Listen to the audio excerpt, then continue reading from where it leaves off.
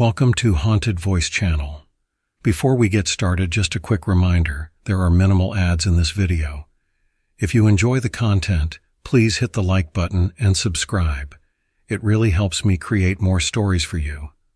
Also, I'd love to know where you're from and what time you're watching. I hope you enjoy the stories, and thank you so much for tuning in. Now, let's get started. I'll never forget that night in the woods. I'm no stranger to camping. I've spent countless nights under the stars, huddled by a fire, listening to the sounds of the forest. But this time, something was different.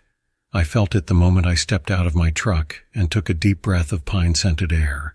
There was a heaviness, like the woods were watching me, waiting for me. I'd decided on a remote spot this time, far from any trails, way off the beaten path. It was perfect, I thought. The more isolated, the better. I wanted peace, away from the constant hum of the city and, honestly, away from people. But as I trekked further into the trees, I noticed that there were no sounds, no birds, no rustling leaves. Just silence, thick and unnerving. I shook it off, blaming it on the early autumn chill that seemed to bite through my jacket. Setting up camp didn't take long. I pitched my tent, gathered firewood, and soon had a small fire crackling. The warmth was comforting, but the silence remained, pressing in around me like an invisible force. I tried to distract myself, cooking a quick meal over the fire and convincing myself that it was just nerves.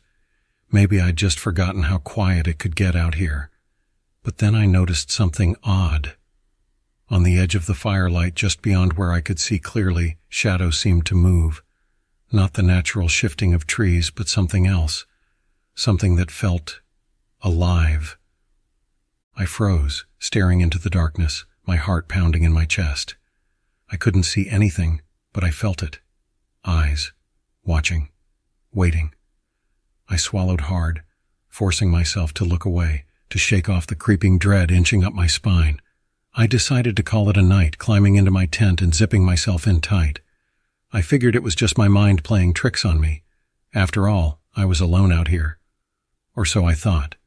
It must have been around midnight when I woke up to a low growling noise just outside my tent. It was deep and guttural, unlike anything I'd ever heard. My blood ran cold, and I lay there, barely breathing, straining to hear more. I wanted to believe it was just a coyote or a wolf, but the sound was too strange, too purposeful, like it knew I was inside. I reached for the flashlight by my side, gripping it tight, and slowly, carefully, unzipped the tent just enough to peek out. At first, I saw nothing. The fire had died down to embers, casting an eerie red glow over the camp. Shadows danced, flickering in the faint light. And then, there it was. Just beyond the fire, a hulking shape moved, crouched low to the ground. It was tall, too tall to be a wolf, and it stood on two legs, like a person. But it wasn't a person. Its body was covered in matted fur, with limbs that were too long, bending at unnatural angles. Its face was a twisted snarl, more animal than human, but there was a glimmer of something intelligent in its eyes. They were bright and reflective, like a predator's, staring right at me. I ducked back into the tent, heart racing, trying to make sense of what I'd just seen. There was no mistaking it. That thing was no animal. I thought of the stories I'd heard, tales of creatures that roamed these woods. Skinwalkers, dogman, cryptids that defied explanation. I'd laughed them off as myths, but now, huddled in my tent, I wasn't so sure. I stayed perfectly still, listening as the growling grew louder, closer. I could hear it sniffing around the tent, pacing back and forth, the sound of claws scraping against the ground. I held my breath, praying it would lose interest and leave. But then, with a sudden violent movement, the creature slashed at the tent, ripping it open with one swipe. I scrambled backward, trying to put as much distance as I could between me and the gaping tear, but there was nowhere to go. The creature leaned in, its face inches from mine, and for a moment we locked eyes. I felt paralyzed, unable to move, trapped in its gaze. And then, Just as suddenly as it had appeared, it turned and vanished into the trees, as if something had called it away. I could hear the crunch of leaves as it retreated, the growling fading into the distance. I didn't move for a long time, too terrified to even breathe. When I finally mustered the courage to crawl out of the ruined tent, I saw that the fire had reignited, burning brighter than before. I approached it cautiously, and that's when I noticed something even more disturbing. Across the campfire, standing just beyond the edge of the light, was a park ranger. He wore the usual green uniform and wide-brimmed hat. But there was something wrong. His face was expressionless, his eyes hollow, almost vacant. He stood perfectly still like a statue watching me. I called out to him, desperate for help, but he didn't respond. He just kept staring, unblinking, his mouth twisted into a half-smile that sent chills down my spine.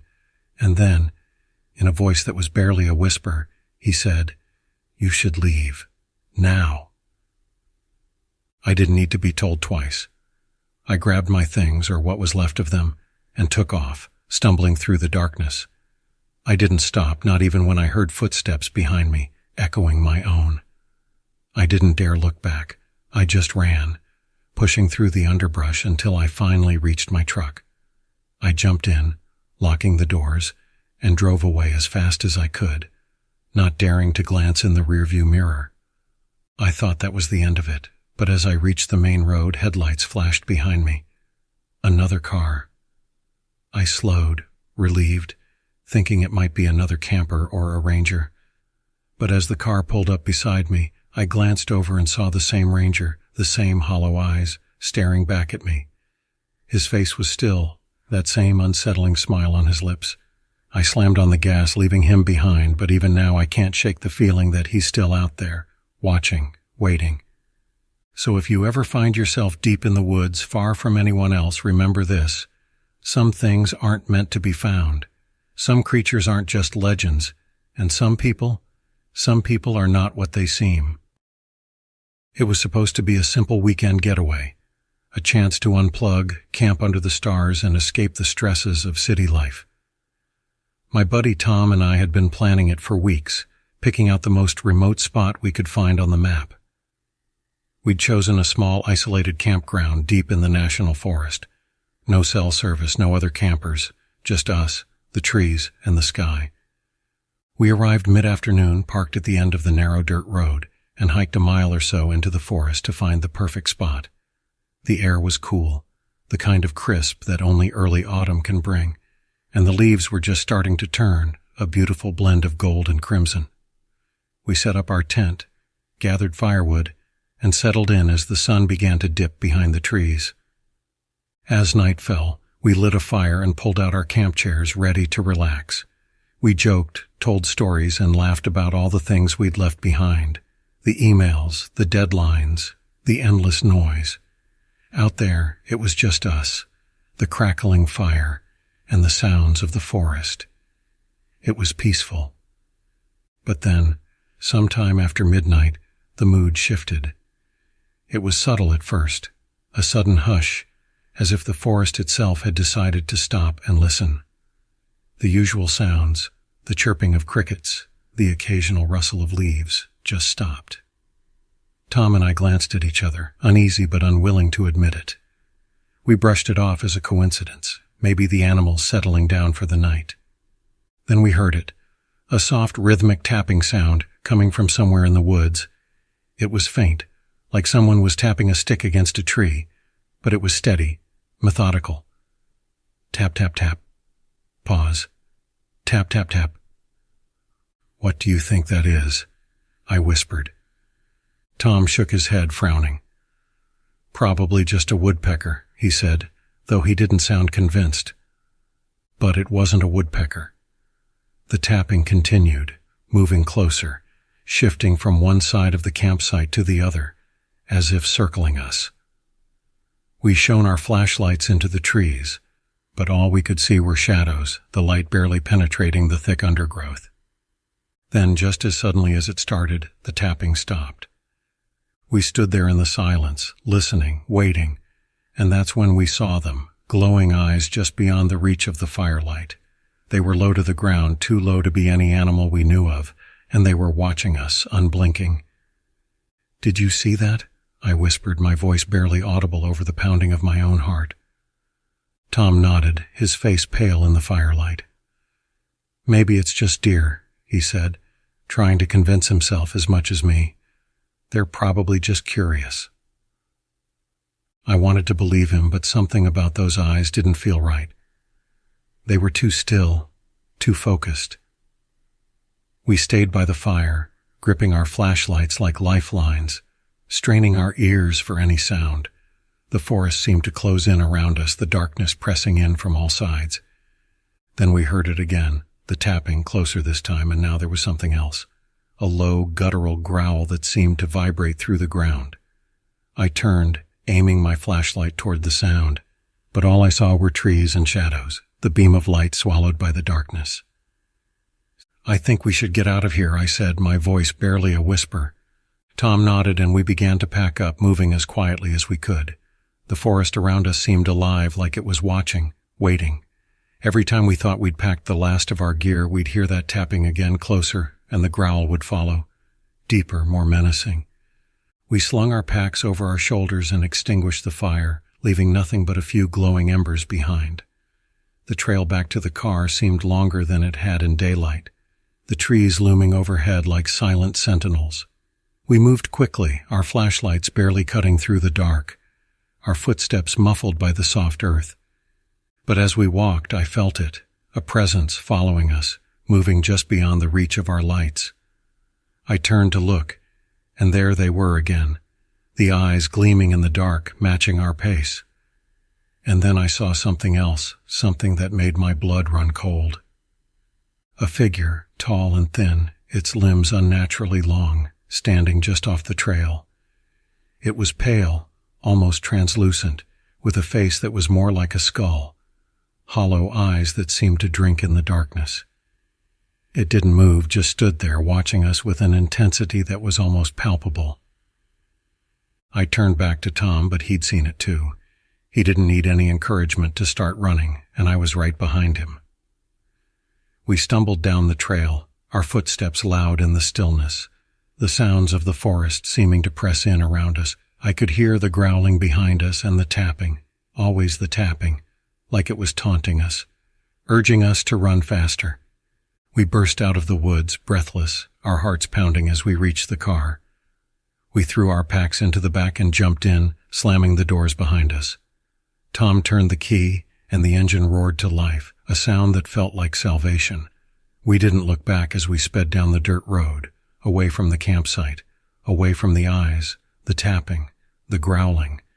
It wasn't until we were miles away, the forest a distant shadow behind us, that we finally spoke. "What the hell was that?" Tom asked, his voice barely a whisper.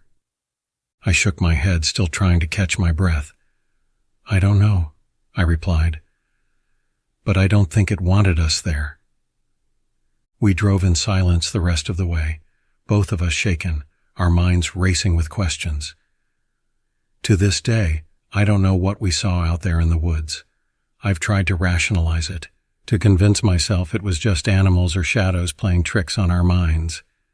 But late at night, when I close my eyes, I can still hear that tapping, still see those eyes watching from the darkness, and I know that whatever it was, it's still out there, waiting for the next pair of campers foolish enough to venture into the woods alone. I should have turned back. I knew better, but something about the old man's story had piqued my curiosity, and curiosity is a dangerous thing in these woods. It started at the ranger station. I was on a solo camping trip, looking for some peace and quiet, a break from the day-to-day grind. I stopped by to pick up a map and sign the trail log, just in case. The ranger behind the desk was an older man, grizzled and weathered like the trees themselves. He squinted at me as if sizing me up, and then asked if I'd ever heard of the Lost Trail. "Sure, I've heard of it," I replied, shrugging. "Just an old ghost story, right?" He leaned in, lowering his voice. "Not just a ghost story. People disappear out there for real. The forest has places that aren't meant for folks like us, and the Lost Trail, it leads straight to them." He didn't need to tell me twice. I'd read about the disappearances. It was always the same. Hikers and campers who took an unmarked path and were never seen again. But I figured if I stayed on the main trail, I'd be fine. Besides, ghost stories were just that, stories. I set out that afternoon following the marked trail deep into the forest. The air was crisp, the sunlight filtering through the trees in soft golden rays. It was perfect. Hours passed, and I hadn't seen a soul. I was completely alone, surrounded by the quiet whisper of the trees. Eventually, I stopped to rest. I was sitting on a fallen log, enjoying a snack, when I noticed something odd. There, just off the trail, hidden behind a thick curtain of brush, was a path I hadn't seen before. It looked old, overgrown, like it hadn't been used in years. The ground was littered with strange symbols, carved into stones and trees, almost like they were marking the way. I don't know why, but I felt drawn to it. Maybe it was the old man's story that tugged at me, or maybe it was just that damn curiosity. I stepped off the main trail, pushing my way through the underbrush and set off down the hidden path.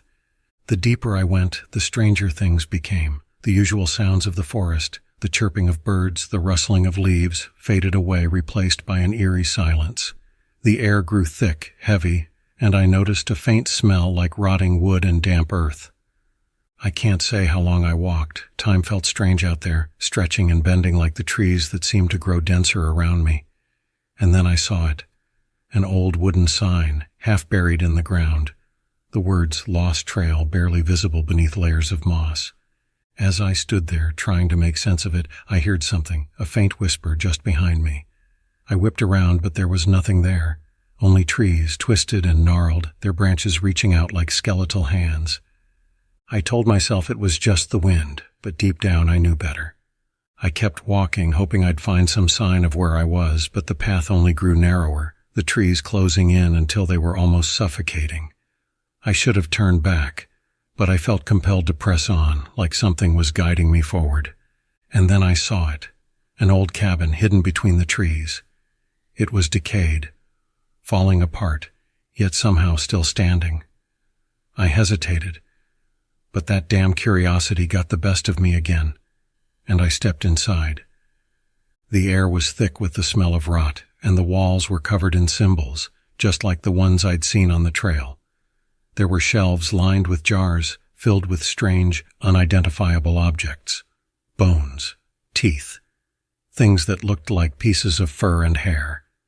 It was a shrine to something dark, something I didn't want to understand.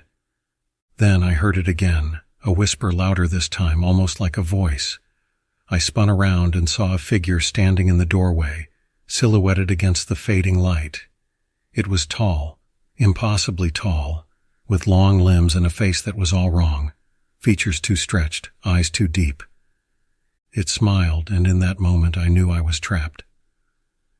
It stepped into the cabin, moving with an unnatural grace, its eyes fixed on me, unblinking. I backed away, my heart pounding, but there was nowhere to go. The walls seemed to close in, and I felt the temperature drop, the cold seeping into my bones. "What do you want?" I managed to choke out, but it didn't answer.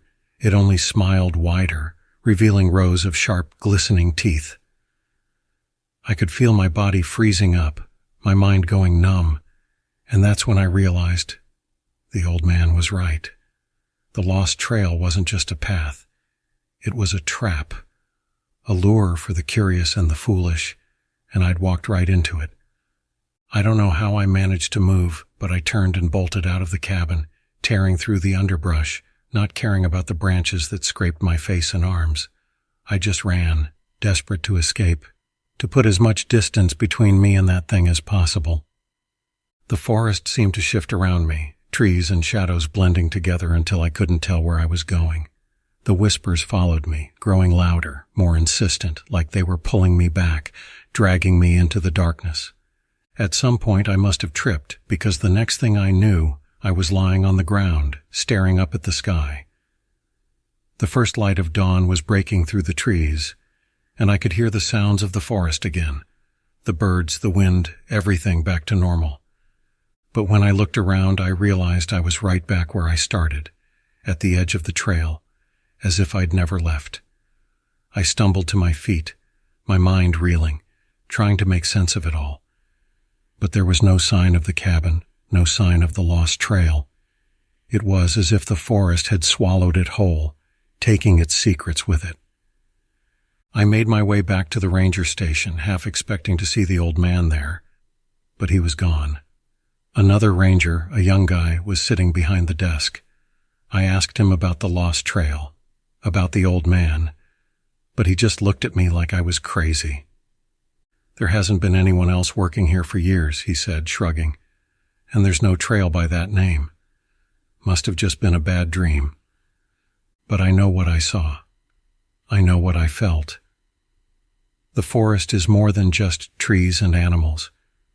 There are things out there, hidden paths and secrets that were never meant to be found. And sometimes curiosity is enough to draw you in, to lead you somewhere you can't escape." As I drove away, I glanced back at the forest, half expecting to see that figure standing at the edge of the trees watching me. But there was nothing there, only shadows, stretching long and deep, waiting for the next curious soul to wander in. And I know someday someone will. I'm not one to believe in legends. I've always been a skeptical kind of person, ghosts, monsters, just stories, I told myself. But that trip last summer, I'll never be able to shake it. I don't even know why I'm telling you this. Maybe I just need someone to believe me, or maybe I just need someone to hear me before things go dark again. It was supposed to be a simple camping trip, just me and my friend Jake. He's the outdoorsy type, and I figured a weekend in the woods would do us both good. A break from screens, from work, from the monotony of everyday life. We set up our tent by a small, murky lake in the middle of nowhere. The dense forest around us felt like it stretched on forever. No cell service, no sounds other than the occasional rustle of leaves or distant howl, just the two of us under the stars. On the first night, as we were sitting around the fire, we heard footsteps. Heavy, deliberate footsteps coming closer, crunching twigs and leaves with each step. My heart stopped, and Jake, who had been mid-sentence, fell silent, his face paling in the firelight. We waited, breathless, as a figure emerged from the darkness. It was a park ranger, or at least that's what he appeared to be. His face was mostly hidden under a wide-brimmed hat, and his uniform looked old, like vintage old. It seemed out of place, but at the time I didn't think much of it. He just stood there watching us, not saying a word. "Hey, you scared us," Jake called out, forcing a laugh. "Didn't know anyone else was out here." The ranger nodded, but his eyes, I don't know how to describe them. They were too dark, like twin voids that seemed to suck in all the light from our fire. He finally spoke, his voice low and gravelly. "Not many come out here anymore. It's safer that way." "Safer?" I asked, my curiosity tinged with unease. He just nodded again, slower this time. "You should pack up, leave before sundown tomorrow. The woods aren't kind to strangers." Without another word, he turned and disappeared into the trees as if he'd never been there. Jake and I were left staring into the darkness, each of us lost in our own thoughts, but I shrugged it off. Some backwoods warning, I figured, just an old ranger looking to spook some city boys. But Jake, he looked genuinely shaken, and that wasn't like him at all. The next day we tried to enjoy ourselves, but there was this feeling, like we were being watched. Every crack of a branch, every gust of wind, it all felt wrong, unnatural. By noon the sun was already slipping behind a thick layer of clouds, casting a gray, sickly light over the forest. Jake wanted to leave, but I convinced him to stay, saying we'd be fine. That's when we heard it. A low growl echoing through the trees, too deep and guttural to be any animal I knew. It was close, impossibly close, yet there was nothing there. Just the trees and the shadows, twisting into shapes that made my stomach turn. I glanced at Jake, and I could tell he heard it too. He was already reaching for his bag, mumbling something about getting out while we can. We hurried back to our campsite, packing up as fast as we could, but before we could finish, the ranger appeared again. This time he looked different. His eyes were wide, almost feral, and his face, there was something wrong with his face. It looked stretched, distorted, like it wasn't quite his. I couldn't shake the feeling that he was wearing it, like a mask. "You didn't listen," he hissed, and his voice, it wasn't right. It had this eerie, echoing quality, like multiple voices were speaking at once. "Now, you're not alone." The shadows around us began to move, and I could see shapes emerging from the darkness. Tall, hunched figures with glowing eyes and twisted limbs. They were everywhere, surrounding us, cutting off any hope of escape. Jake started to run, but before I could follow, something grabbed me. Its hands, no, claws, dug into my shoulder, cold and unyielding. I was face to face with one of the creatures. Its eyes were hollow, empty, yet filled with a hunger that made my blood run cold. It leaned in close, and I could smell its rancid breath, like rotting meat and decay. Then the ranger spoke again, his voice echoing through the clearing. "They feed on fear, on flesh. You didn't listen. Now you'll stay here. Forever." I don't remember much after that, just fragments, a blur of movement, the feeling of being dragged, the screams, Jake's screams echoing in my ears. When I came to, I was alone. No creatures, no ranger, no Jake, just silence. I stumbled back to civilization, half-starved and wild-eyed, rambling about monsters in the woods. They found me a day later, wandering along an old dirt road. I tried to tell them, but no one believed me. They said Jake must have gotten lost, that he was still out there somewhere. But I know the truth. I went back once a few weeks ago just to see. The lake was gone, replaced by a barren clearing, and there was no sign of our campsite. But as I turned to leave, I saw it. A sign nailed to a tree, old and weathered, with a warning scratched into the wood. "Beware the woods, they hunger for those who do not listen." So if you ever find yourself in the deep woods, remember this. When the ranger tells you to leave, listen.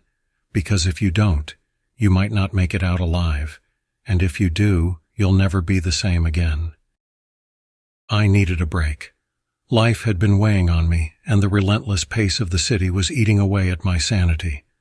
So, when I found a listing for a secluded cabin deep in the woods, it seemed like the perfect escape. The photos showed a rustic little place, tucked away in a hollow surrounded by towering pine trees. It was ideal, peaceful, isolated, and affordable. Almost too affordable. The drive took longer than expected, and by the time I turned onto the narrow dirt road that led to the cabin, dusk had settled in. Shadows stretched across the road, twisting and writhing like living things. My GPS lost signal about 10 minutes back, but I trusted the hand-drawn map the owner had emailed me. According to it, the cabin was just a little further down. I spotted the cabin nestled between the trees, a small wooden structure with a tin roof and a porch that looked like it had seen better days. I parked and stepped out of the car, breathing in the cool, earthy air. It felt good to be away from everything, to be surrounded by nothing but trees and silence. But as I stood there, an odd feeling washed over me, like I was being watched. I shook it off, chalking it up to nerves, and headed inside. The cabin was basic but comfortable enough. There was a small kitchen, a single bedroom, and a wood-burning stove that looked ancient but functional. I dropped my bag and went to check out the rest of the place. That's when I noticed something strange, a deep gouge in the wooden door frame, as if something with claws had tried to scratch its way inside. I tried to brush it off as an old mark, probably from some wild animal, and made my way back to the porch. The forest was dark now, almost unnaturally so. I could barely see past the first line of trees, the blackness between them almost swallowing the faint light from the cabin. I lit a fire in the wood stove, hoping the warmth would chase away the lingering unease. As the cabin filled with the crackling sound of burning wood, I began to relax, convincing myself that the isolation was just playing tricks on me. I settled into an old armchair by the fire with a book and let myself drift into its pages. A loud knock shattered the quiet. I froze, listening, my heart pounding. There it was again, 3 heavy knocks, slow and deliberate. I stood up, my pulse racing, and moved to the door, peering out through the small window. Nothing, just darkness and shadows. "Hello?" I called, my voice sounding small and hollow. No response. I felt a chill creep down my spine. I told myself it was probably just the wind, maybe a branch knocking against the cabin. I sat back down, trying to focus on my book, but the words had lost their meaning. I kept glancing at the door, waiting for the next sound. It came about an hour later. This time it wasn't a knock, but a scratching sound, slow and rhythmic, like nails dragging across the wood. I grabbed a flashlight, opened the door, and shined the beam into the darkness. The light barely pierced the blackness, revealing only more trees, but there, just beyond the edge of the porch, I saw a figure. It was tall and thin, almost skeletal, with long bony limbs and a face that seemed both human and not. Its skin was pale, almost translucent, stretched tight over its skull. Its eyes were sunken, glowing faintly in the beam of my flashlight. The thing stood there staring at me, unmoving. I backed away, slamming the door and locking it. My hands were shaking, my mind racing with fear. What was that? A trick of the light? A figment of my imagination? I wasn't sure, but I knew I couldn't stay here. I grabbed my keys and ran to the car, throwing my bag into the back seat. But when I tried to start the engine, it wouldn't turn over. I turned the key again and again, but the car was dead. I felt trapped, my heart pounding in my chest as I tried to think of a plan. I couldn't leave, not in the dark, not with that thing out there. I ran back to the cabin, locking the door behind me and sliding a chair under the handle. The scratching started again, louder this time, as if it knew I was trapped. I moved away from the door, clutching the flashlight like a weapon, my mind racing with fear. The scratching grew more frantic, more desperate, and then I heard it, a voice, low and raspy, coming from just outside. "Let me in," it whispered, the words drawn out, almost mocking. I backed away, my skin crawling. I didn't respond, didn't dare make a sound. I just stood there, watching the door, praying that it would hold. The whispering continued, growing louder, more insistent, as if the thing outside could sense my fear. The scratching stopped suddenly, and I thought, maybe, it was over. But then I heard something else, something worse. A low growl, deep and guttural, coming from all around me. I looked out the window and saw them, more figures emerging from the trees, moving toward the cabin. They looked like the first one, tall and gaunt, their faces twisted in expressions of hunger and malice. I stumbled back, my mind reeling. I was surrounded. They were everywhere, closing in from all sides. I could see their eyes, glowing in the darkness, watching me with a sick, predatory gaze. I felt the walls closing in, the air thick with the scent of decay. Then, without warning, the door burst open. I screamed, scrambling back as the creatures poured into the cabin, their long limbs reaching for me, their eyes glowing with a terrifying hunger. I swung the flashlight at them, but it passed through them like smoke. They moved closer, their faces inches from mine, their breath cold and putrid. Just as I thought it was over, a voice echoed through the cabin, different from the others, calm, almost gentle. "Leave." The creatures froze, their eyes turning toward the darkness beyond the doorway. A figure stood there, cloaked in shadow, its presence somehow both comforting and terrifying. The creatures hissed, backing away, disappearing into the darkness like smoke caught in the wind. I was alone again, the silence pressing in around me. I stumbled outside, my body trembling, my mind struggling to process what had just happened. I looked around, but there was no sign of the shadowed figure, no sign of the creatures. Just the forest, silent and still. The car started this time, the engine roaring to life as if nothing had happened. I didn't hesitate. I drove away, not looking back. The memory of those glowing eyes seared into my mind. When I returned home, I tried to convince myself it had all been a nightmare, some hallucination brought on by stress and isolation. But sometimes, late at night, I can still hear it. The faint sound of scratching at my door, the low whisper asking to be let in. And I know deep down that whatever saved me that night was not a guardian angel. No, it was something else, something far older, something that had been watching from the shadows, waiting, and now it knows my face. I love camping. There's something about the smell of the pine trees, the crackle of the campfire, and the vast starry sky above that always made me feel more alive.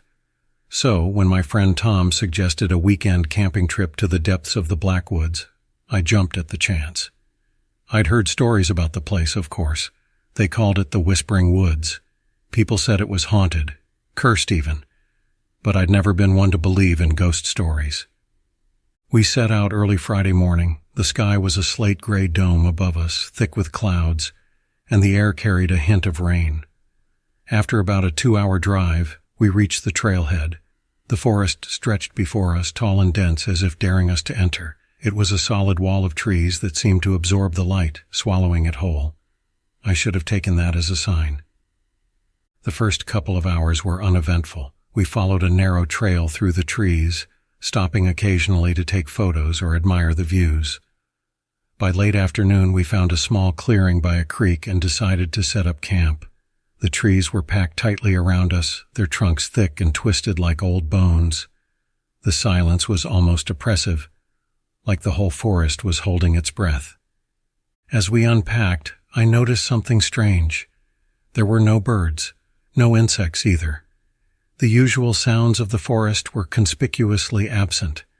I mentioned it to Tom, but he just shrugged it off, saying it was probably just the time of year. I tried to push the unease from my mind, but it clung to me, stubborn as a shadow. As night fell, the atmosphere grew heavier, the silence deeper.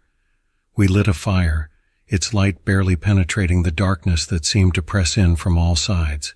We shared a couple of beers and laughed, trying to shake the tension. But no matter how much we joked, the feeling of being watched never went away.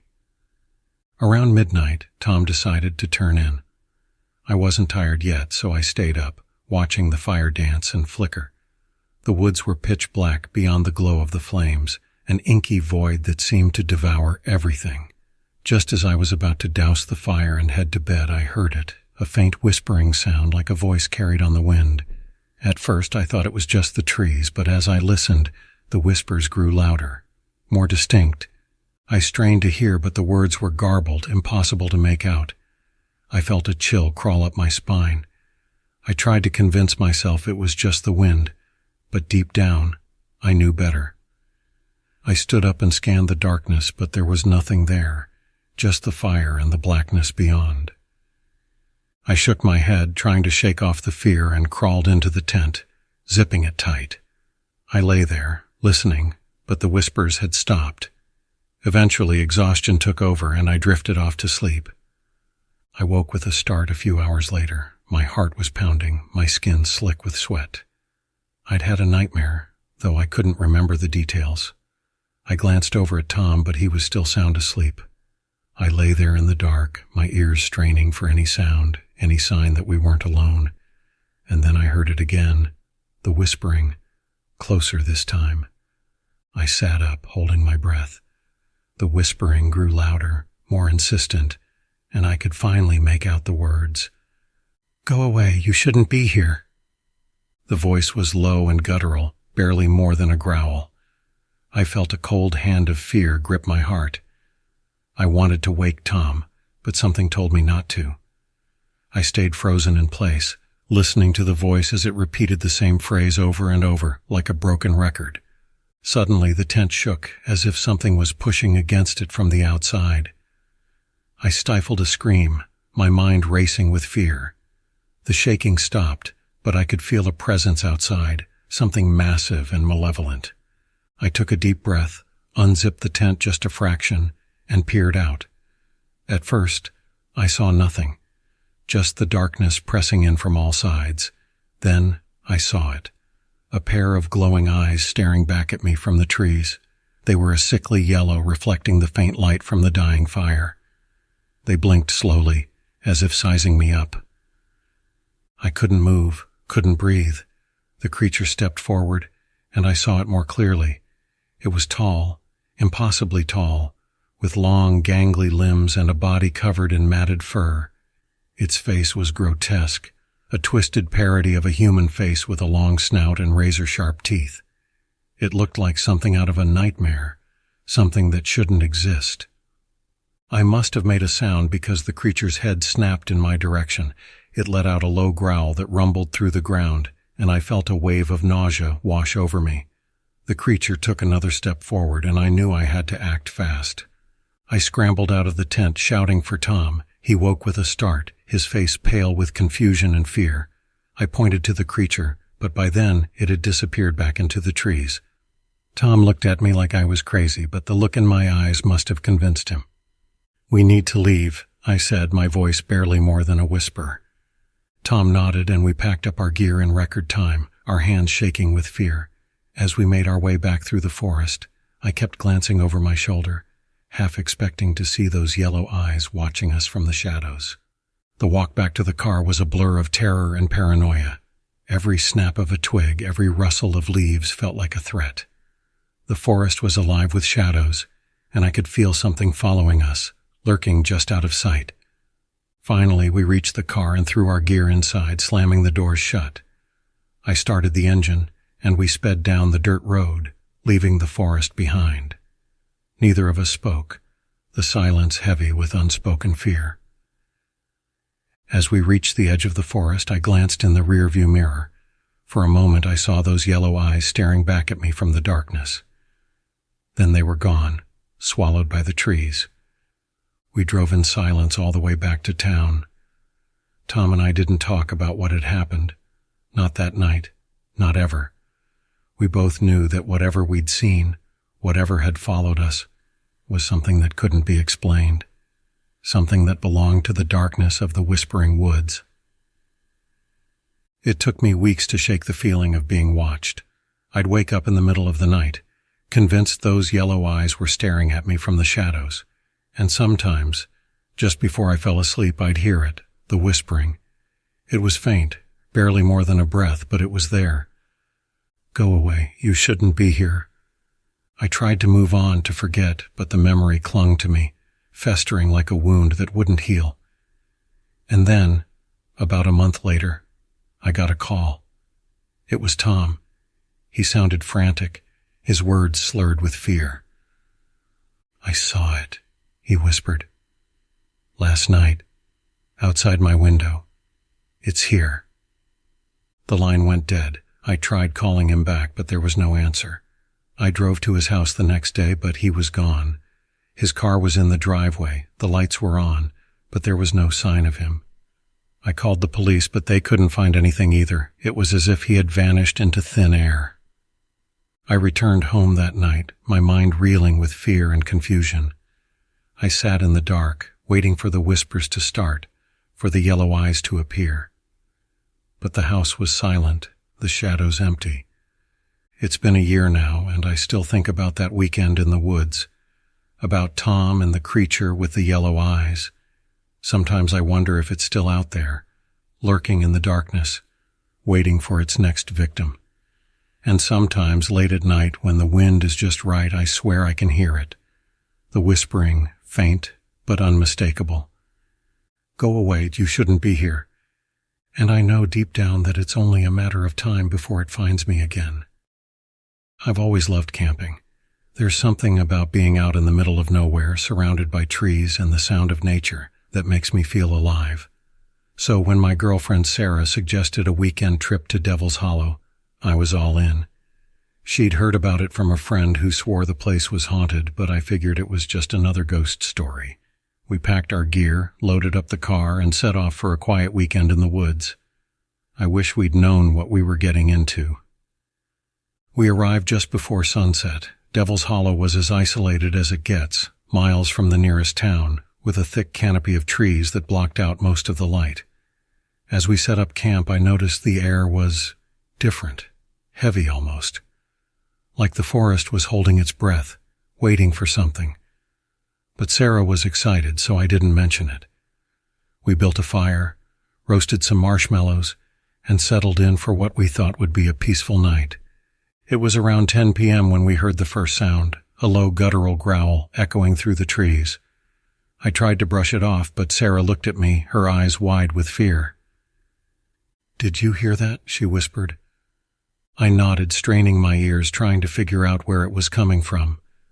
That's when I saw him, a park ranger standing just beyond the edge of our campfire's glow. He looked out of place, like he didn't quite belong. His uniform was tattered and faded, and his skin, it was pale, almost gray. He didn't move, just stood there, watching us. "Can I help you?" I called out, trying to keep my voice steady. The ranger tilted his head, his eyes narrowing as he studied us. "You shouldn't be here," he said, his voice low and gravelly. "This place isn't safe, not after dark." "We're just camping," Sarah replied, her voice barely a whisper. "We're not causing any trouble." He took a step closer, and that's when I noticed his eyes. They were black, like pits, and they seemed to swallow the light. "You need to leave," he said, his voice barely more than a whisper. "The hollow isn't what it seems. It hungers." With that, he turned and disappeared into the trees, leaving us alone by the fire. I looked at Sarah, and she looked at me, both of us too stunned to speak. We laughed it off nervously, convincing ourselves that he was just trying to scare us. But deep down I could feel the chill settling into my bones. We crawled into the tent, but neither of us could sleep. Every sound seemed amplified. Every shadow seemed to move. Around midnight, I heard it again. That same growl, only closer this time. I sat up, holding my breath, listening. The tent was filled with a tense silence, broken only by the soft rustling of leaves outside. Suddenly there was a scratching sound, like claws raking against the fabric of the tent. Sarah grabbed my arm, her nails digging into my skin. "What is that?" she whispered, her voice shaking. I reached for the flashlight, my hands trembling as I unzipped the tent just enough to peek outside. The beam of light cut through the darkness, illuminating the twisted trees and the shadows that seemed to dance around them. And then I saw it. A creature stood at the edge of our campsite, hunched over, its limbs impossibly long and thin. It looked like a man, but it wasn't. Its skin was stretched tight over its bones, and its face was a twisted, unnatural grin, too wide, too unnatural, like it had been forced into a shape it didn't belong in. And its eyes, those eyes were the same hollow black as the ranger's. I wanted to scream, to run, but my body wouldn't listen. I was frozen, trapped in its gaze. The creature took a step closer, its grin widening, revealing rows of sharp, jagged teeth. It opened its mouth, and the ranger's voice echoed out, distorted and wrong. "You didn't listen," it hissed. "Now you belong to the hollow." I backed into the tent, scrambling for the zipper, my hand shaking so badly I could barely close it. Sarah was crying, her face buried in her hands, and I knew we had to get out of there. I grabbed her arm, yanking her to her feet, and we bolted out of the tent, leaving everything behind. As we ran, I could hear footsteps behind us, heavy and fast, like it was right on our heels. The forest seemed to close in around us, the trees twisting into unnatural shapes, their branches reaching for us like claws. I could hear that voice, the ranger's voice, echoing through the hollow, growing louder and louder. "You'll never leave," it taunted. "The hollow has you now." We ran until we could no longer hear it, our lungs burning, our legs numb. We didn't stop until we reached the car, collapsing into the seats, gasping for air. I started the engine and floored it, desperate to put as much distance as possible between us and that cursed place. We didn't speak the whole way home. Sarah stared out the window, tears streaming down her face, while I kept my eyes on the road, too afraid to look back. When we finally got back to town, we went straight to the police, hoping they could explain what we'd seen. But they just shook their heads, saying Devil's Hollow had been closed for years, ever since a park ranger disappeared without a trace. They said the woods were empty, that there hadn't been a ranger there in decades. I don't know what we saw that night. I don't know if it was the spirit of the ranger or something else, something older, darker, that wears the faces of those who wander too far. All I know is that we barely made it out alive, and I know I'll never go back to Devil's Hollow. So if you ever find yourself in those woods and a ranger warns you to leave, take his advice. Because if you don't, you might just find yourself trapped in the hollow, forever haunted by those hollow black eyes. I had been dreaming of this solo camping trip for months. The grind of city life was wearing me down, and the call of the wild was like a whisper in my bones. There's something so freeing about the solitude of the woods, miles away from anyone else. I'd picked the most remote spot I could find, right in the heart of the Black Pine Forest, a place known for its myths and strange tales. But I'd never been one to believe in all that folklore nonsense, until now.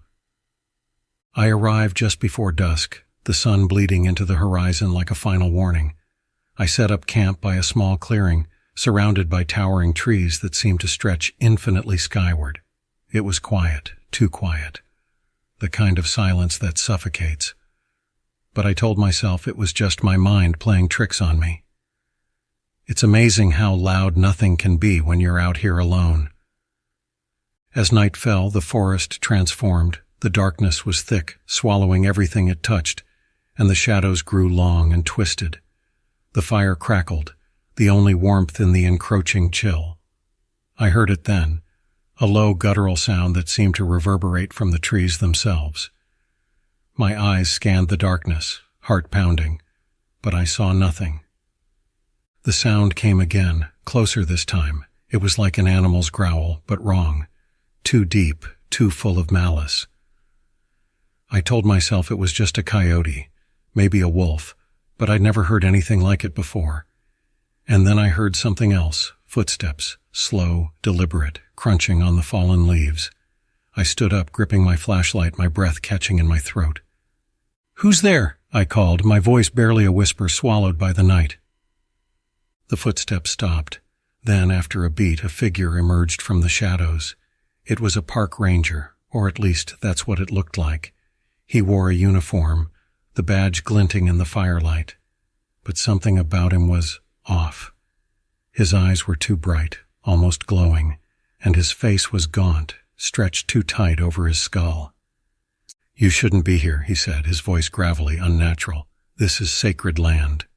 I swallowed hard, trying to steady my voice. "I didn't see any signs. I'm just here for a couple of nights."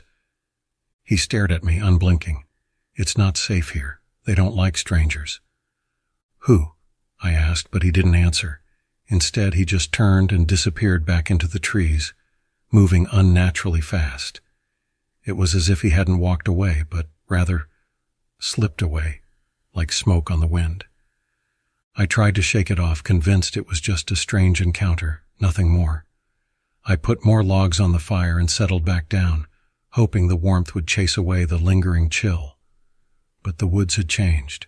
Every crack of a branch, every rustle of leaves felt amplified, each sound cutting through the silence like a knife. It was around midnight when I heard it again, that same growl, but this time it was followed by something else. Voices. They sounded human, but garbled, like they were speaking through water. I turned in every direction, shining my flashlight through the dense underbrush, but there was nothing. Just trees and shadows. Then I saw them. Eyes. Too many eyes. Shining from the darkness, watching me. I counted 5, 6 pairs, all at different heights, as if whatever creatures they belonged to were towering over each other, some crouching, some standing. My heart pounded so hard I thought it might burst. I couldn't move, couldn't breathe, as the eyes moved closer, and I began to make out their forms. Twisted, elongated limbs, too long for any normal creature, their joints bending in unnatural ways. They crept closer, their movements fluid but jerky, like something trying to mimic human movements but failing. I stumbled backward, nearly falling into the fire. The flames flared up, casting a brief light on their faces, or what passed for faces. Their features were warped, twisted into grotesque parodies of human expressions, and I realized with a sickening jolt that they were wearing the skin of other creatures, maybe even other people. The flesh hung off them like poorly fitted masks, stitched together with something dark and shiny. And then one of them spoke. "We were here first," it whispered, its voice layered with the echoes of 1,000 others, all tangled together. "This land is ours." I turned and ran, my heart racing, not daring to look back. I don't know how far I ran or how long I stumbled through the woods, but eventually I burst into another clearing. The moonlight illuminated a small, rundown cabin. Desperate, I pushed open the door and stumbled inside, slamming it shut behind me. I took a deep breath, trying to steady myself, but then I saw it. The walls of the cabin were covered in names, hundreds of them, scratched into the wood with something sharp. And then I saw my name. It was fresh, the edges of the letters raw and splintered. I backed away, horror twisting in my stomach, and I saw a mirror on the far wall. My reflection stared back at me, but it wasn't right. My face, it was gaunt, stretched too tight over my bones, my eyes too bright, almost glowing. I reached up to touch my face, and my skin felt loose, as if it was barely holding on. In the mirror, I saw them behind me, their faces shifting, twisting, my own face among them, distorted and twisted. The last thing I remember is their laughter, a horrible guttural sound that echoed through the forest as they closed in. They took me that night, made me one of them. Now I roam these woods, warning others, just like that ranger did for me. I don't know how many years it's been since I lost myself, but I can feel the forest in my veins, hear its whispers in my mind. So if you ever find yourself deep in the black pine forest, and you see a ranger with glowing eyes, turn back, because the forest remembers, and it always takes back what's rightfully its own. I've been a park ranger for over 15 years, and I've seen some things I can't explain. You learn to chalk up the strange sightings and weird noises to local wildlife or the tricks of the wind, especially when you spend as many nights in the woods as I do. But this, what I saw last summer in Blackwood Forest, I still can't put into words.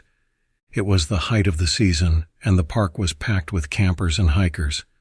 Blackwood is a sprawling forest, dense with old trees that seem to hold on to secrets. People love it for its remoteness, but that's exactly what makes it so dangerous. Every year I find myself having to rescue a few careless folks who lose their way. That night the air was thick and unusually quiet. I was on the late shift, making rounds near campsite 12, where a group of young campers had set up for the weekend.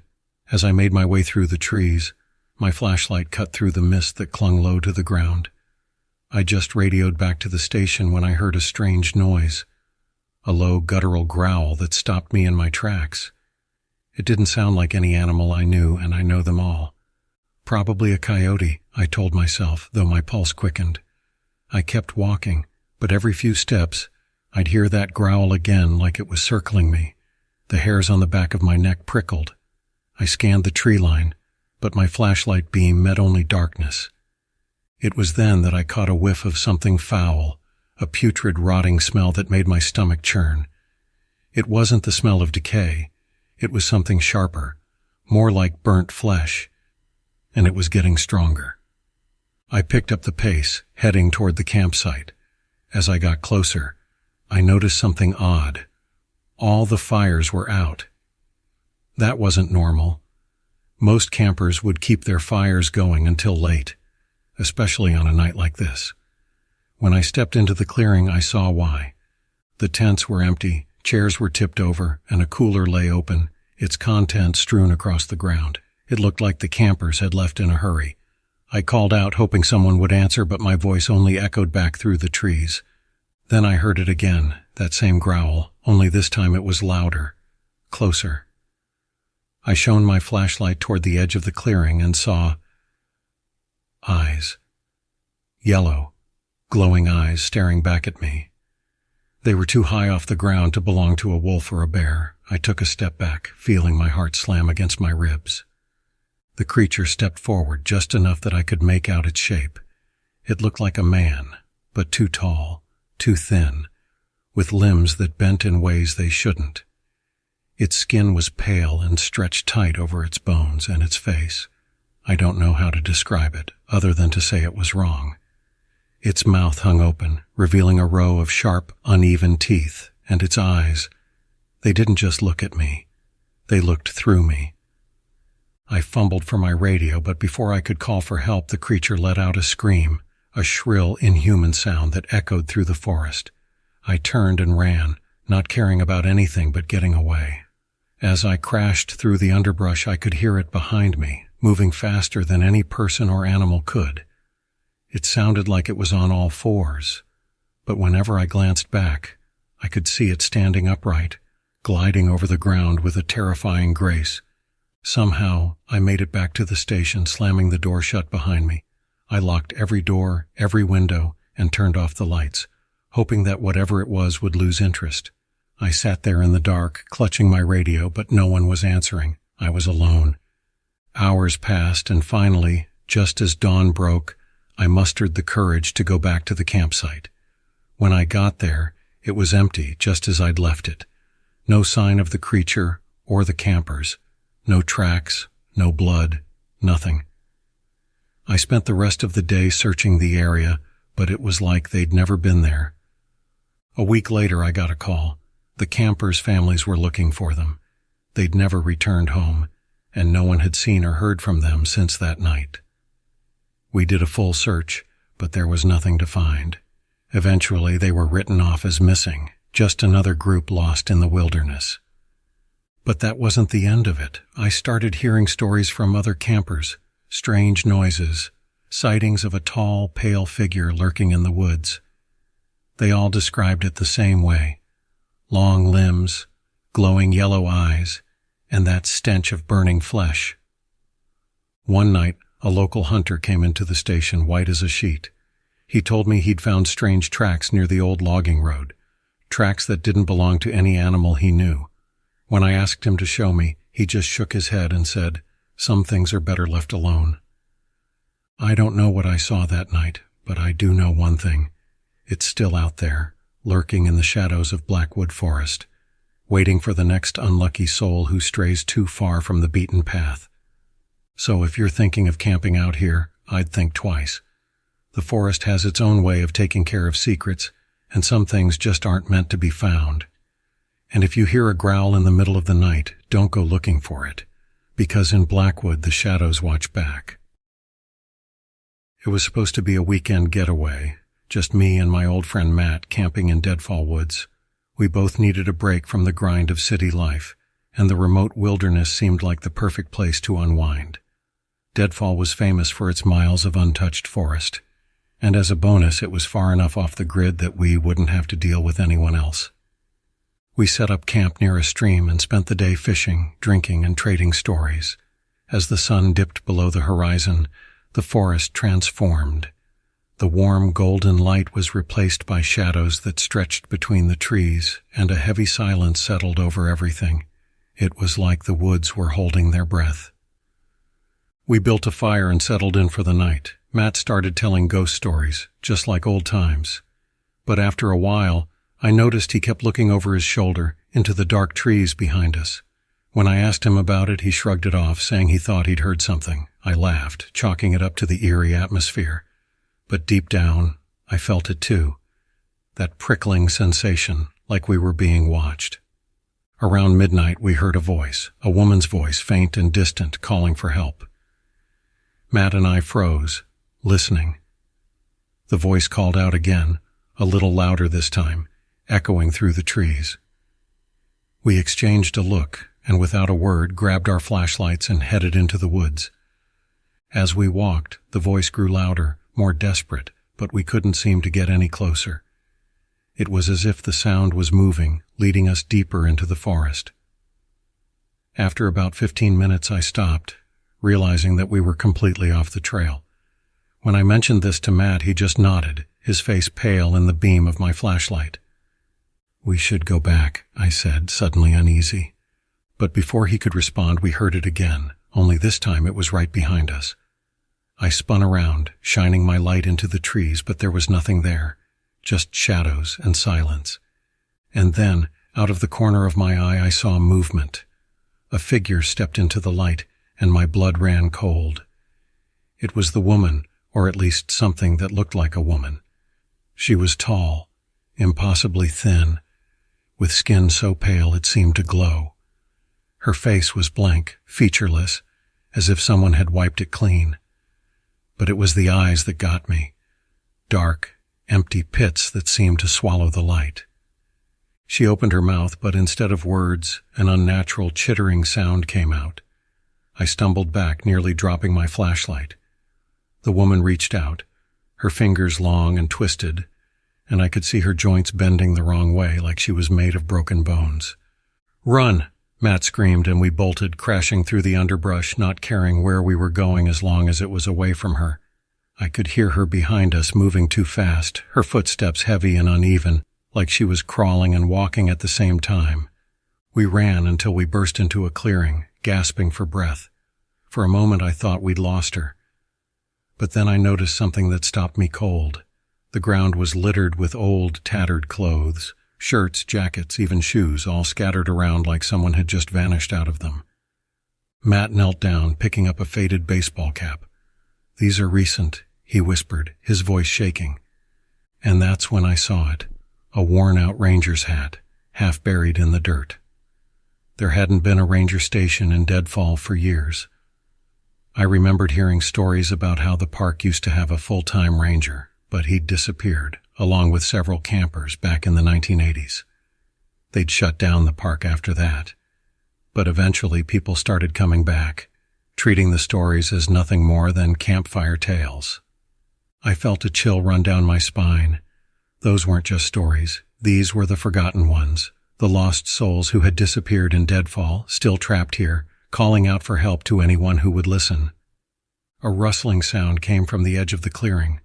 I looked up and saw the woman again, but this time she wasn't alone.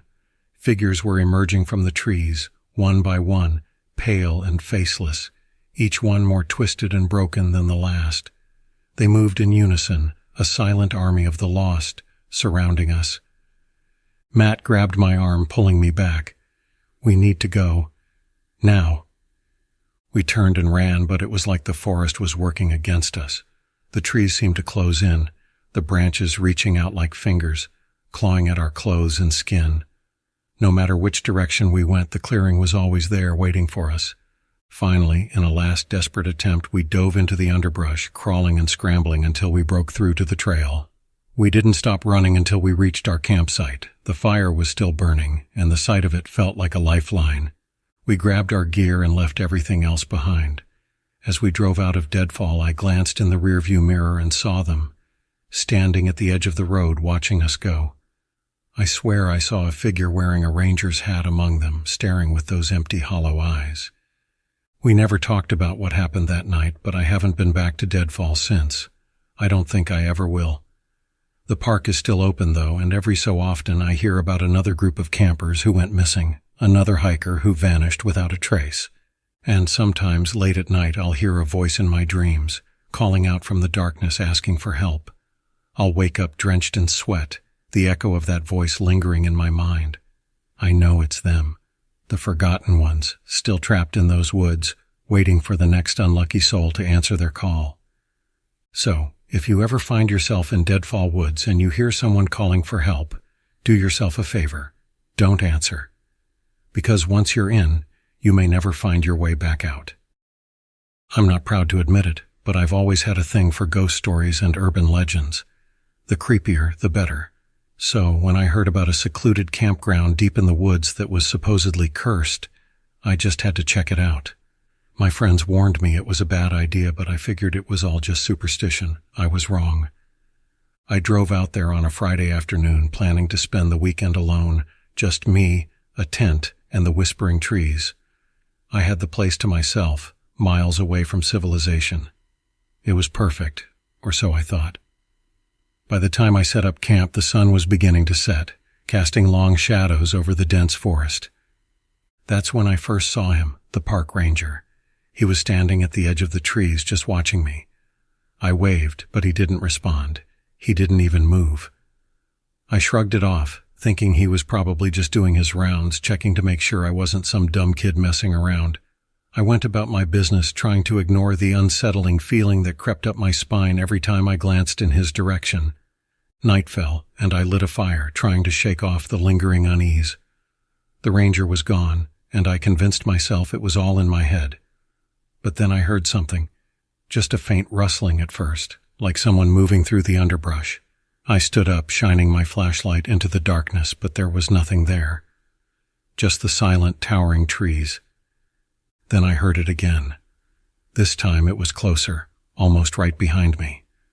I spun around, heart pounding, and there he was.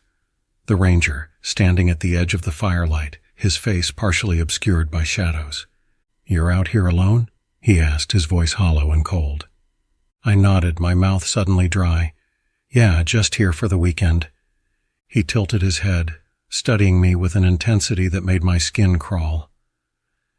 "This isn't a safe place to camp," he said, his voice low and gravelly. "People go missing out here." I forced a laugh, trying to shake off the growing sense of dread. "I'm not worried. I've camped in worse places." He didn't smile. "Just be careful," he said, his gaze never leaving mine. "The woods have eyes, and they don't like visitors." With that, he turned and disappeared into the trees, leaving me alone by the fire. I sat there for a while, staring into the flames, trying to convince myself that it was just a weird encounter. But something about the way he looked at me, like he knew something I didn't. It was unnerving. I eventually crawled into my tent, but sleep didn't come easy. Every time I closed my eyes, I heard noises, footsteps, whispers, the snap of branches just outside my tent. I told myself it was just my imagination, but the fear gnawed at me, growing stronger with each passing minute. Around midnight, I couldn't take it anymore. I grabbed my flashlight and unzipped the tent, stepping out into the cool night air. The fire had died down, casting long shadows that seemed to stretch and twist in unnatural ways. I swept the beam of light across the trees, half expecting to see the ranger standing there, watching me again. Instead, I saw something else. It was tall, much taller than any person, with long limbs and a face that didn't seem right. It was almost human, but twisted like someone had taken a person and stretched them out, pulling their features into a grotesque parody of a face. The skin was pale, almost translucent, and the eyes, those eyes were hollow, empty, as if there was nothing behind them but darkness. I froze, too terrified to move as it stepped closer, its limbs moving with an unnatural, jerky rhythm, and then it spoke. But the voice wasn't its own. It was the ranger's voice, distorted and echoing, as if coming from deep within a cavern. "You didn't listen," it hissed, those hollow eyes fixed on me. "You should have left when you had the chance." My body screamed at me to run, but my legs felt like they were glued to the ground. The creature took another step closer, and I saw something shift in its face, like the skin was moving, stretching. And then I realized it was wearing faces. Human faces, stitched together like a grotesque mask. Finally, my body snapped out of its paralysis, and I turned and ran, my flashlight swinging wildly as I crashed through the underbrush. I could hear it behind me, moving through the trees with that unnatural, jerky motion, the sound of its footsteps echoing in my ears. I didn't stop running until I reached my car, throwing myself into the driver's seat and slamming the door shut. I started the engine and tore out of there, my heart racing, the creature's hollow eyes still burned into my mind. I didn't go back for my tent or my gear. I left it all behind. A week later, I tried to look up information on that campground, hoping to find some explanation. That's when I found the stories. Old reports about campers going missing, about strange sightings, about a ranger who'd been found dead in those woods years ago. They never caught the killer, but they said he was known for taking his victims' faces. So, if you ever find yourself alone in the woods and a ranger warns you to leave, take his advice. Because if you don't, you might come face to face with something that wears the skins of those who didn't listen. And trust me, you don't want to be next. It started as a trip down memory lane. The old campground where my friends and I used to go every summer had long since been abandoned. Still, I felt a pull to visit it one last time. Nostalgia, maybe. Or maybe I was looking for a way to recapture a piece of my past. Either way, I packed up my car and headed to the backwoods where Camp Echo Hollow used to be.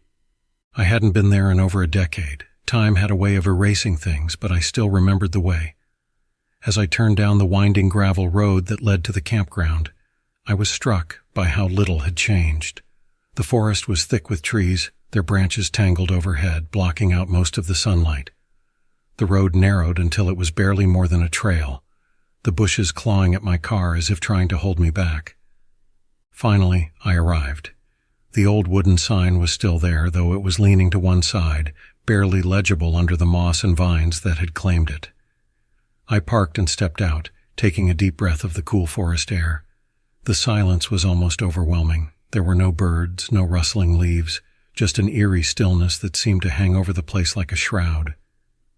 I walked down the path toward the main campground. The cabins were still there, though they were little more than crumbling husks now, their roofs caved in, their walls warped and rotting. I could almost hear the echoes of our laughter, the ghostly memories of summers long past. But there was something else too. Something darker. As I wandered through the ruins of the old cabins, I began to notice strange symbols carved into the wood. They looked like runes or sigils, jagged and angry, as if someone had carved them in a frenzy. I traced one with my finger, feeling a chill run through me. I had a vague memory of seeing these symbols somewhere before, but I couldn't place it. I shook off the unease and made my way to the lake. It was there that we used to swim, the cool water a relief from the summer heat. But now, the lake was different. The water was murky, a sickly green color, and a thick fog clung to the surface. The air around it was heavy with the scent of decay, and I felt a sudden wave of nausea. I was about to turn back when I saw them, footprints leading from the water's edge into the trees. They were large, much larger than any human footprints, and they looked fresh. My heart pounded as I scanned the trees, half expecting to see someone or something watching me. Against my better judgment, I decided to follow the tracks. They led deeper into the woods, winding through the trees in a twisted, erratic path. I stumbled over roots and ducked under branches, the forest growing darker with every step. I had the distinct feeling that I was being led somewhere, but I couldn't stop. Curiosity, or maybe fear, propelled me forward. After what felt like an eternity, I stumbled into a clearing. In the center was a stone altar, covered in more of those strange symbols. Around it were remnants of candles, their wax melted into the dirt, and bones, small animal bones I hoped, scattered around like offerings. I felt a wave of dread wash over me, and every instinct screamed at me to leave. But something held me there, rooted to the spot, as if I were trapped in a nightmare. Then I heard it, a low, guttural growl that seemed to come from all around me. I turned, searching for the source, but there was nothing, just shadows and the oppressive silence of the forest. And then I saw them just beyond the edge of the clearing, figures tall and thin, their eyes glowing faintly in the dim light. They moved with a jerky, unnatural gait, their limbs too long, too twisted, as if they were barely held together. I took a step back, my mind racing, and stumbled over something hard. I looked down and realized it was a trap, a rusted bear trap, its jagged teeth glinting in the faint light. I felt a rush of panic as I realized that I had been led here, that this entire place was a trap. The figures moved closer, their eyes fixed on me with a hunger that made my blood run cold. I turned and ran, my heart pounding, branches tearing at my clothes as I crashed through the forest. I could hear them behind me, their footsteps heavy and relentless. I didn't dare look back. Somehow I made it back to the car. I jumped in, slamming the door and locking it, my hands shaking as I fumbled with the keys. The engine roared to life, and I sped down the gravel road, not stopping until I reached the main highway. Only then did I allow myself to breathe, the reality of what had just happened sinking in. I drove home in silence, my mind numb with fear and confusion, but as I pulled into my driveway, I saw something that made my blood run cold. There, on the hood of my car, was a handprint, large and muddy, with fingers that seemed too long, too thin, and in the center of it a symbol, carved deep into the metal. It was one of those same symbols from the cabin. I never went back to that place, but sometimes late at night I dream of it. I dream of the clearing, the stone altar, and those figures with their glowing eyes, and I know deep down that they're still there, waiting, watching, hungry. And sometimes when the night is silent and the air is thick with the scent of decay, I swear I can hear them, calling to me from the shadows, beckoning me back to the forgotten campground where the real nightmare waits. I never thought of myself as superstitious. I'd been camping my whole life, and I'd heard all the stories, the legends of creatures lurking in the woods, the tales of lost hikers who wandered too far. But I'd always laughed them off, chalking them up to tall tales and imagination. That was until last weekend, when I found myself deep in the Smoky Mountains, far from any marked trail, and learned that some stories are more than just myths. I'd decided on a solo camping trip, seeking some peace and quiet to clear my head. The first day went smoothly enough. I set up my tent by a small stream, gathered firewood, and even managed to catch a few fish. As night fell, I built a small fire and settled in, feeling the familiar comfort of the wilderness around me. But as I lay there, listening to the crackling flames, I noticed something odd.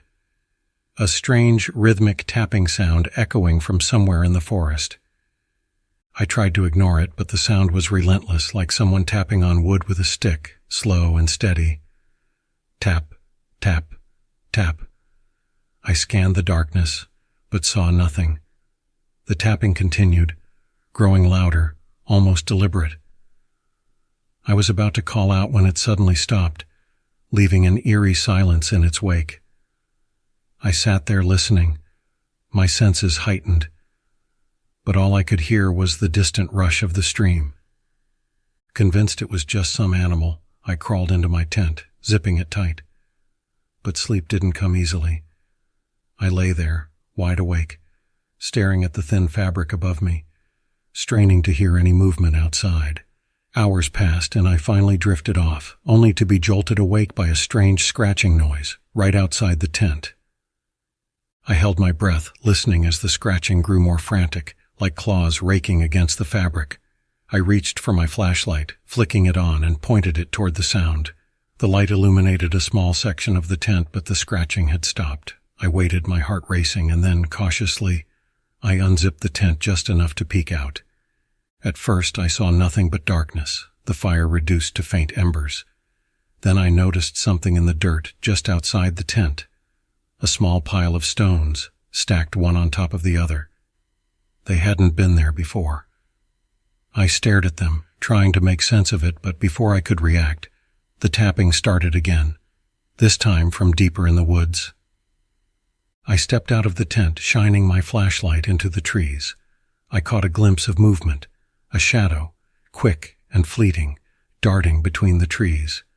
I called out, my voice cracking, but there was no answer. Just the tapping, growing louder, more insistent. I felt a chill crawl up my spine like invisible fingers tracing my skin.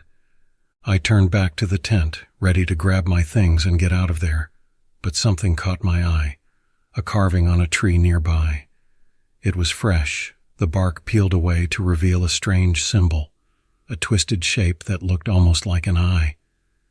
I'd never seen anything like it, but something about it felt wrong, unnatural, like it didn't belong in these woods. I hurried back to the tent, shoving my gear into my backpack, my mind racing. I didn't know what was out there, but I had no intention of sticking around to find out. I was about to leave when I noticed something else, a note folded neatly and placed beside the pile of stones. My name was scrawled on it, in handwriting that was eerily familiar. With shaking hands, I unfolded the note and read the single word written inside. Leave. That was enough for me. I grabbed my pack and started down the trail, not caring about the darkness, just wanting to put as much distance as possible between me and whatever was lurking in those woods.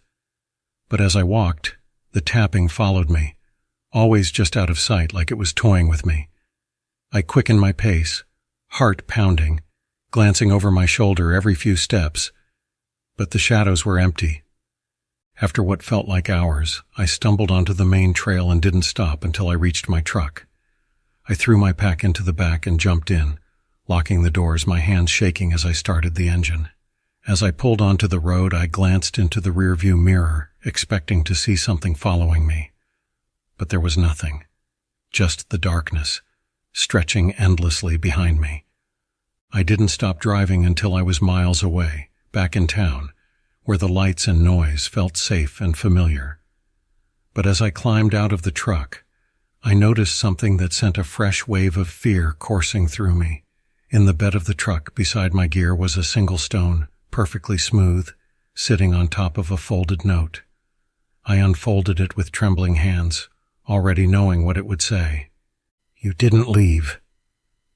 I threw the note and the stone into the nearest trash can and headed home, desperate to put as much distance between myself and that forest as possible. But even now, days later, I can still hear the tapping in the back of my mind like a distant echo, reminding me that some things once found can never truly be left behind. I took a solo camping trip in the hills of Muirwood Forest, an area well known for its lush, unbroken canopy, and the rumors that whispered through the nearby towns. Stories of strange creatures, half man, half beast, were nothing more than local folklore, I thought. I was a skeptic, the kind of person who needed proof before buying into ghost stories. But Muirwood had a reputation, and I had to admit, as I trekked deeper, there was a strange, heavy feeling in the air, like the forest itself was watching. I set up camp near an old moss-covered rock formation I'd stumbled upon. I found it strange that there were no birds or insects making noise, just an eerie silence that blanketed the area. The deeper I went, the more unnatural everything felt. It was as if I'd crossed into another realm entirely. Still, I pressed on, eager for a quiet night under the stars, far away from the hum of city life. I settled in as dusk fell, the last rays of sunlight piercing the dense canopy and casting long shadows that seemed to stretch and move of their own accord. I built a small fire, and the flickering light did little to alleviate the creeping unease that gnawed at me. I told myself it was just the isolation, that the silence was a rare gift in a world filled with constant noise. Then I heard it. A rustling, followed by the sound of something heavy snapping branches. It was close, too close for comfort. My hand instinctively went to my flashlight, and I swung the beam toward the sound. Nothing, just trees and shadows. But the quiet had returned, heavier now, more oppressive. I sat back down, straining my ears, and it wasn't long before I heard it again, a low, guttural growl that sent a chill racing down my spine. I stood up, scanning the darkness beyond the firelight, my heart hammering. I hadn't seen any tracks on my way in, no signs of larger animals. What could be out there? And then I saw it standing just beyond the reach of the fire, barely visible between the trunks. It looked like a man, but distorted. Its limbs were too long, stretched unnaturally, and its eyes, two pinpricks of red light, watched me with a kind of hunger I had never felt from an animal before. It was as if it was sizing me up, deciding what to do with me. I tried to convince myself it was a trick of the light, a shadow cast by the fire, but it stepped closer, and I saw the way its skin moved, like something squirming just beneath the surface. It wasn't human, not anymore. My brain screamed at me to run, but my legs wouldn't obey. I was rooted to the spot, trapped in its gaze. Then it spoke.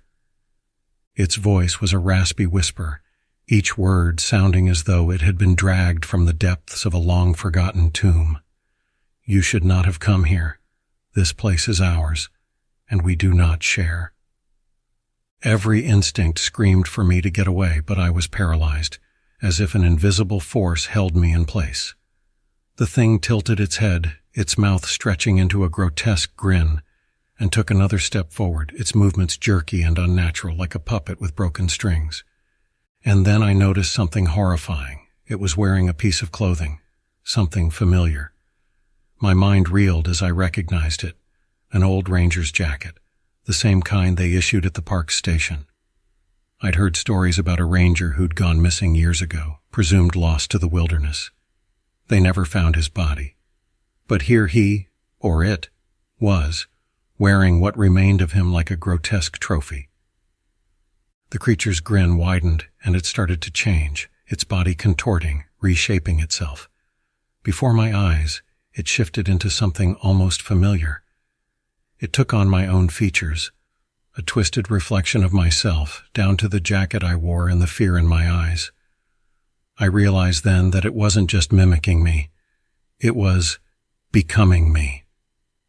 Without thinking, I grabbed my pack and bolted, abandoning my campsite and running through the dark tree limbs clawing at my face and arms. I didn't stop, not even when I heard it behind me, matching my steps, echoing my ragged breaths with a sickening mimicry. I ran until I saw the edge of the forest, until the moonlight broke through the trees, and I finally felt the pull of whatever darkness had gripped me loosen. When I burst out into the open, I didn't stop. I stumbled, nearly fell, but kept going until I reached my car. I didn't look back. I couldn't. I knew if I saw it again, I'd be lost forever. Now, even after I've returned to the safety of my apartment, I can't shake the feeling that it's still out there, lurking, waiting. And when I catch my reflection in the mirror, sometimes just for a split second, I see it. The thing that wore my face, the thing that claimed me. And I can't help but wonder if it really is just a reflection, or if I left a piece of myself behind in those woods, and it's just waiting for the right moment to come back for the rest. I'll never forget the camping trip that took me deep into the wilderness of northern Michigan. I had always loved the woods, finding solace among the towering pines and the earthy scent of moss and decay. So, when I finally took some time off work, I packed up my gear and drove out to a secluded spot I'd found on a map, miles from the nearest road. I planned to stay for a few nights, just me and the forest. Little did I know, I was stepping into something I would never be able to explain or forget. The first night was peaceful. I set up my tent by a small glassy lake, its surface still as a mirror under the rising moon. The only sounds were the soft rustle of leaves and the occasional call of a distant owl. After a simple meal, I crawled into my tent and fell asleep easily, comforted by the familiar solitude. The second night, though, was different. I was sitting by the campfire, letting the warmth soak into my bones as I watched the last light of the day fade behind the trees. The silence settled in, thicker than usual, and I felt an inexplicable heaviness in the air, like the forest itself was holding its breath. I told myself it was just my imagination, but a part of me knew better. The woods were too quiet. There were no crickets, no owls, not even the faint rustle of leaves in the breeze. It was as if every creature had sensed something that I hadn't. Just as I was about to go into the tent, I heard a sound, a low, almost imperceptible growl that seemed to come from the shadows just beyond the firelight. I froze, straining my ears, but the sound vanished as quickly as it had come. My heart pounded in my chest, and I tried to tell myself it was just an animal, maybe a coyote or a wolf. But something about that sound was wrong. It was too deep, too guttural, and it seemed to vibrate through the ground beneath me. I turned, sweeping my flashlight through the darkness. The beam of light cut through the trees, illuminating twisted branches that looked like skeletal fingers reaching out of the shadows. But I saw nothing. Taking a deep breath, I decided to pack up and get into my tent, thinking I'd be safer there, at least until dawn. Sleep, however, was elusive. Every time I closed my eyes, I felt a presence, as if something was watching me from just outside the thin fabric of my tent. The growling came again, closer this time, accompanied by a strange shuffling sound, like something large dragging itself over the ground. My mind raced with possibilities, but none of them made sense. I knew that the wilderness could hold strange and dangerous creatures, but this was different. This felt unnatural. The noises stopped after what felt like an eternity, and I finally drifted off, only to be awoken by the faint light of dawn filtering through the trees. I hurriedly packed up my things, deciding I'd had enough of my adventure. I could feel the forest pressing in on me as if it were trying to keep me there, suffocating me with its silence. I wanted nothing more than to get back to my car and leave. As I walked, I tried to shake off the feeling, focusing instead on the familiar sounds of birds singing in the morning light. But then, I stumbled upon something that made my blood run cold. There, right in the middle of the path, were footprints, huge, clawed, and deeply embedded in the soft earth. They were like nothing I'd ever seen before, almost canine, but too large and with too many toes. I knelt down to inspect them, trying to make sense of it, when I heard a voice behind me. "Seen them, have you?"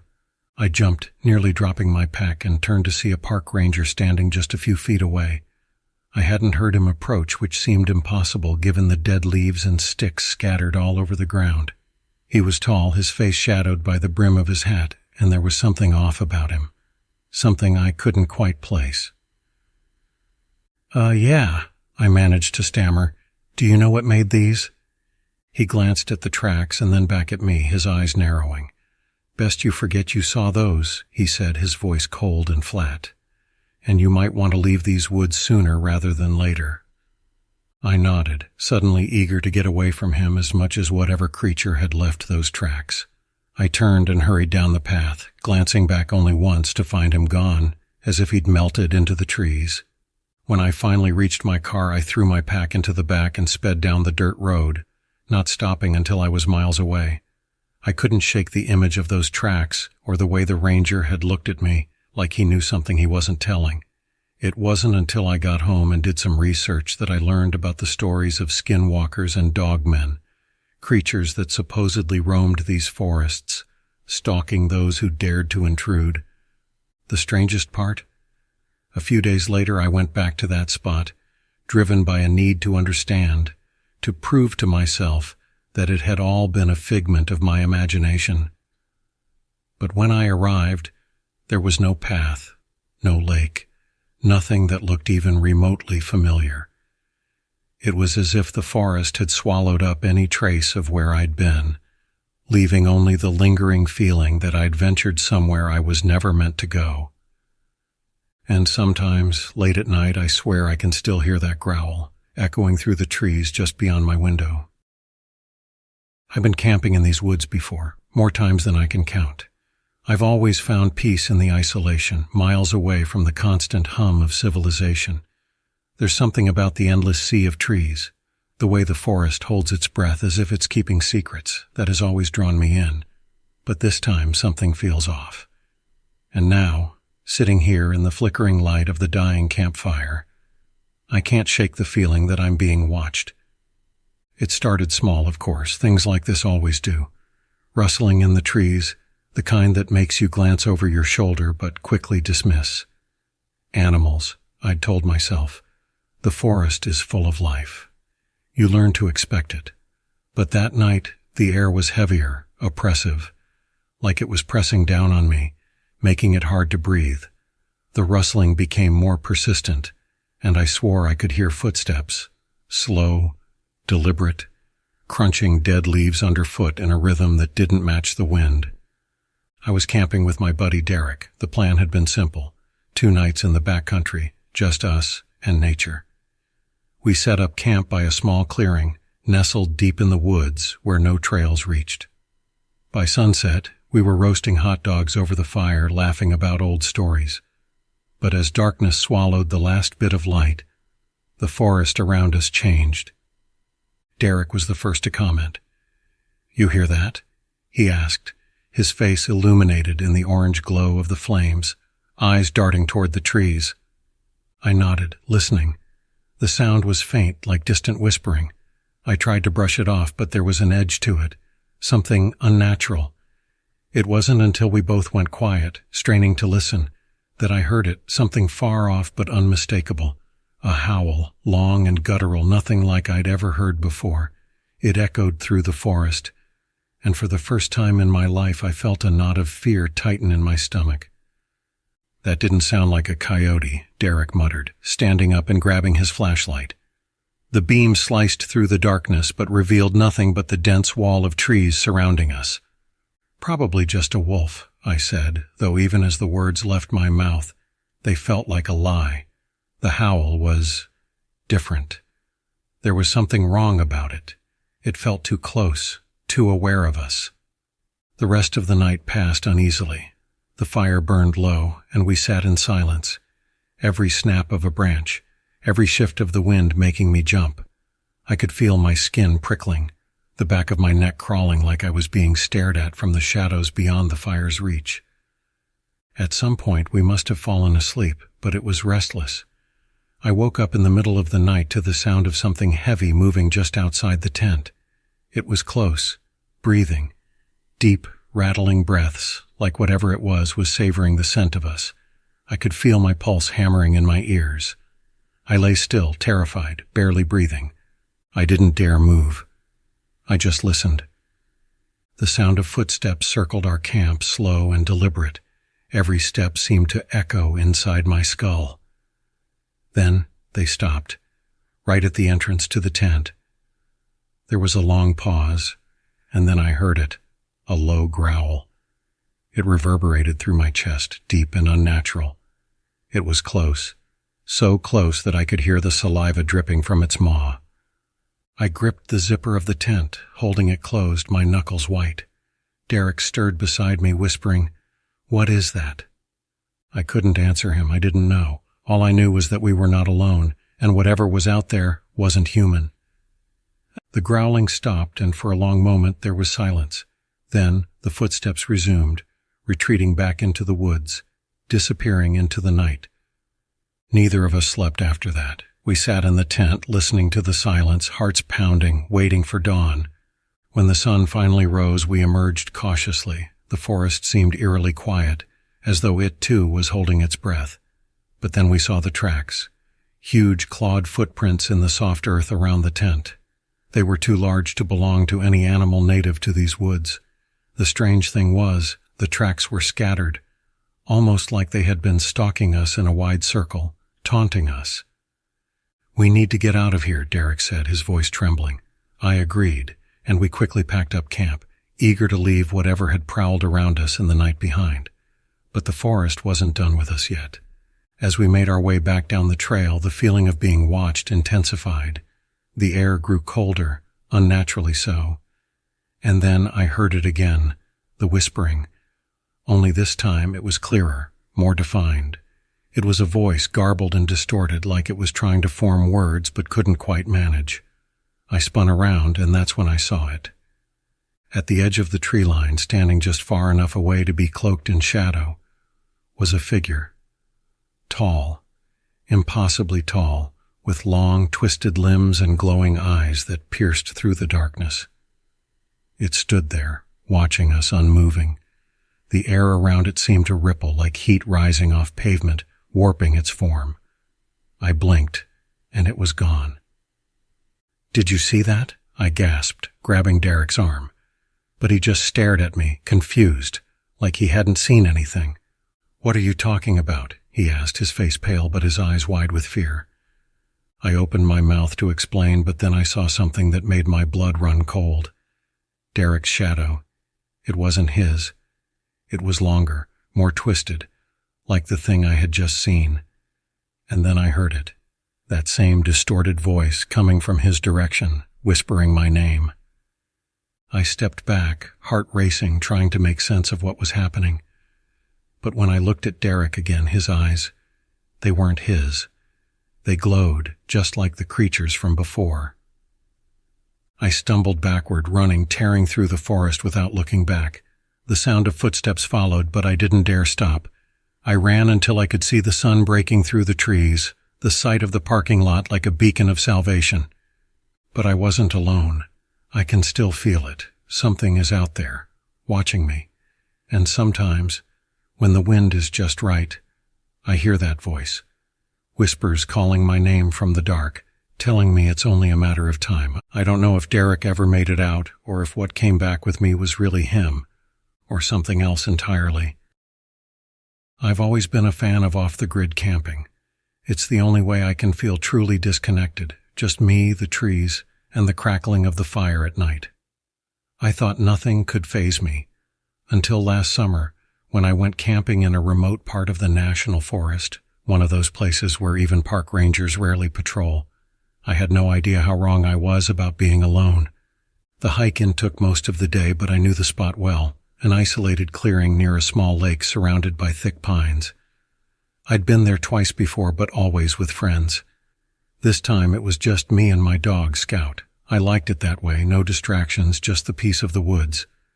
By the time I set up camp, the sun was already dipping low. The sky was painted with streaks of orange and purple, and the lake glistened like a sheet of black glass. Scout trotted around happily, sniffing everything while I built the fire. It was a perfect evening, quiet, save for the occasional splash of a fish in the water or the rustling of wind through the trees. As night fell, I sat by the fire, watching the flames dance, enjoying the warmth against the cool air. Scout lay at my feet, his ears occasionally twitching at some distant sound. The stars above were so bright out here, far from any town or city. It was the kind of peace that sinks into your bones. For a while, I just sat there, lost in it. Then Scout stood up stiff, his fur bristling along his spine. I looked around, scanning the darkness just beyond the firelight. "What is it, boy?" I whispered, my heart starting to beat faster. I didn't hear anything at first, but Scout's reaction was enough to set me on edge. He wasn't the type to spook easily. Then came the sound, a soft, almost imperceptible rustle, like footsteps on dry leaves. Not the heavy steps of a deer or elk, but lighter, closer. I shone my flashlight toward the noise, but the beam cut through the darkness without revealing anything. The trees were just shadows on shadows, impenetrable. "Probably just a raccoon or something," I muttered, though even as I said it, I didn't believe it. Something felt wrong. The woods were too quiet now, the kind of quiet that makes your skin prickle. I tossed a couple more logs onto the fire, trying to push back the creeping darkness. Scout growled low in his throat, staring intently at the trees. The hair on the back of my neck stood up. It wasn't just Scout. I could feel it too, that sensation of being watched. Then came the voice. At first it was so faint I thought I imagined it. A whisper carried on the breeze. But it grew louder, clearer. Someone calling my name. "Jacob!" I froze. The voice was distant, yet familiar, though I couldn't place it. It sounded like someone I knew, but their voice was distorted, like they were speaking through water. My heart thudded in my chest. "Jacob." The second time was louder, coming from the tree line, from the dark where my flashlight couldn't reach. I grabbed Scout's collar, trying to keep him calm, but he was already pulling toward the trees, growling deep in his throat. "Who's there?" I called out, my voice shakier than I wanted. No response. I didn't move. I just stood there, staring into the blackness, straining to hear. The voice didn't come again, but something else did. A sharp cracking of branches, like something large was moving through the brush. Something heavy. But I didn't see any movement, no eyes reflecting back at me, no shadow darting through the trees. Just that sound, growing closer. I felt a sudden wave of cold. Not like the chill of the night air, this was different. A deep, bone-chilling cold that seemed to seep up from the ground, paralyzing me. Then, from the shadows, something stepped into the faint light of my fire. At first I thought it was a person, tall, gaunt, wearing what looked like animal skins draped over its shoulders. But as it stepped closer, I realized something was horribly wrong. Its limbs were too long, its skin too pale, almost translucent in the flickering firelight. Its eyes, black, hollow, and fixed on me, were wrong, empty, dead. It didn't move like a person, it moved like something trying to be a person, its limbs jerking awkwardly, as if it had to remember how to walk. "Jacob," it rasped, the voice coming from somewhere deep in its throat, though its mouth didn't move. It was imitating me, using my name like a lure, but there was no life behind it. I stumbled back, my heart hammering against my ribs, but I couldn't look away from it. I couldn't scream, couldn't even move. It just kept walking closer, the firelight casting long, grotesque shadows across its body. Suddenly, Scout lunged, barking and snarling, snapping me out of my paralysis.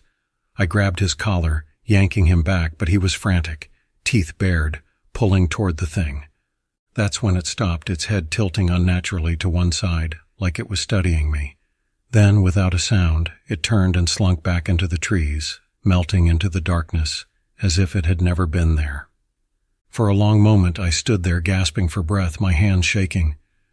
I listened, waiting for it to return, but all I heard was the crackling of the fire and Scout's panting beside me. I didn't sleep that night. I didn't pack up either. I just sat there clutching my knife, my eyes glued to the tree line. I didn't hear the voice again, but I could feel it, the weight of its eyes lurking just beyond the edge of the firelight. When dawn finally broke, I wasted no time tearing down my camp.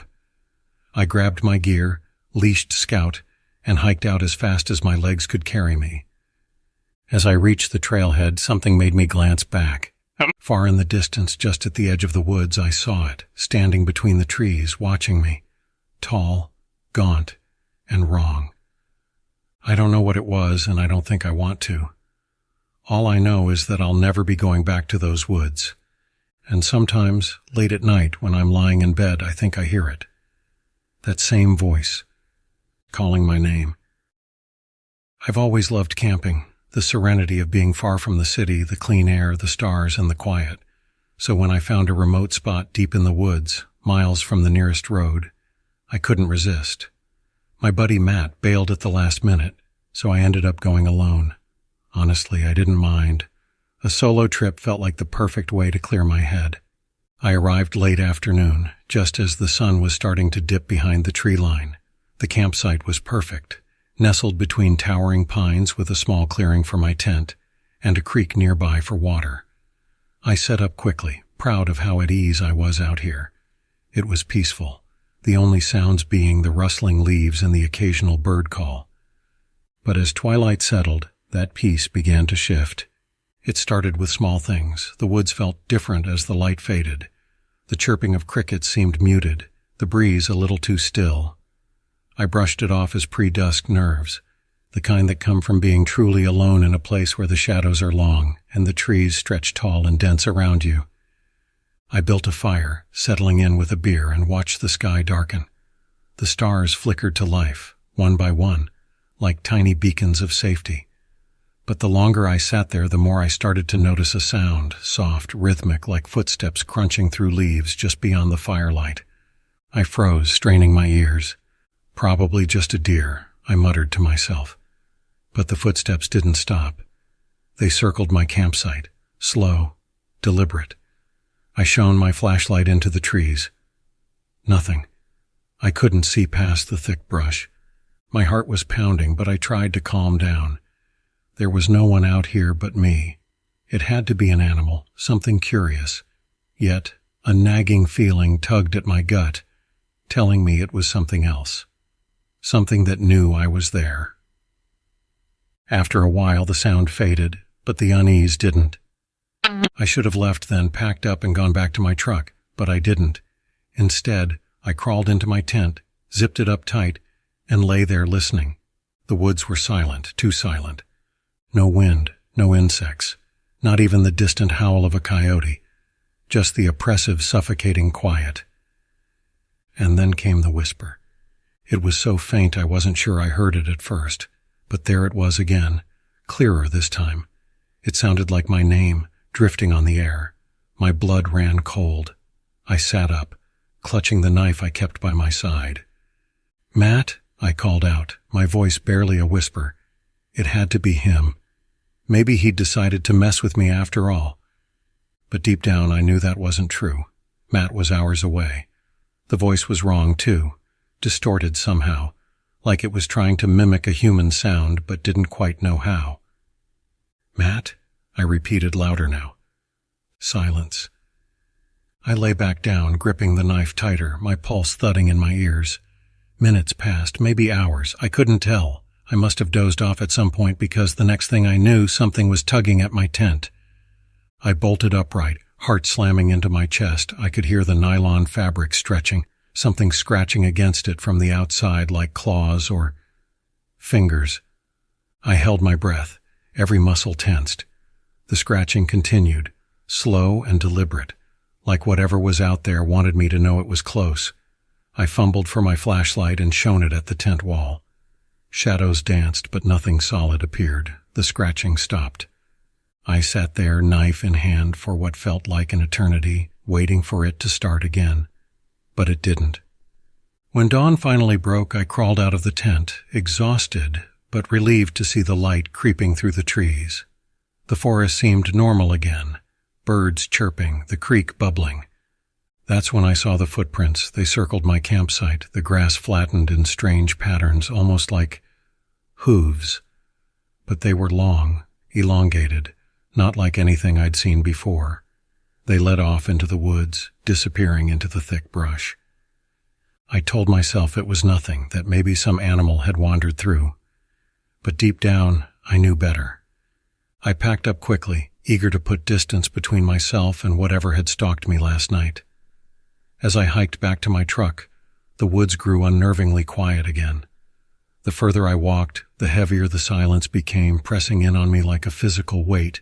Halfway back, I saw him. A park ranger standing at the edge of the trail, staring at me. Relief flooded through me. I hadn't seen anyone in days. "Hey," I called, waving. But he didn't respond. Just stood there, still, watching. Something about him seemed off. His uniform was dirty, tattered at the edges, and his skin was too pale, like he hadn't seen sunlight in years. His eyes were black, not just dark, but black, hollow. My steps faltered. The relief I felt turned to dread. I forced myself to keep walking, refusing to meet his gaze. But as I passed him, he spoke. "Leaving so soon?" His voice, it was the same distorted whisper I'd heard the night before. I didn't respond. I just kept walking, faster now, not daring to look back. The woods seemed to close in around me, the air thick with something unseen, something watching. I reached my truck and threw my gear into the back, my hands shaking. As I sped down the dirt road, I glanced in the rearview mirror. The ranger was standing at the edge of the trees, watching me. And beside him something else, a figure taller than any human, its skin stretched tight over bones, its eyes glowing faintly in the morning light. I didn't stop driving until I was miles away, but I know I'll never truly escape whatever was in those woods, because sometimes, late at night, when everything is quiet, I still hear that whisper. It's closer now. I've spent years working as a park ranger, stationed in one of the most remote forests in the country. People love to think the woods are peaceful, a place to escape, and for a while I thought the same. That was until last summer, when I learned how wrong I was. It was early July, and the nights had grown long and sticky, with the humidity clinging to your skin like a film. I'd taken to patrolling the deeper trails by myself. The usual routine: make sure campers weren't doing anything stupid, listen to the chorus of the woods, check for wildlife. But out here, miles from any major trail, things felt different.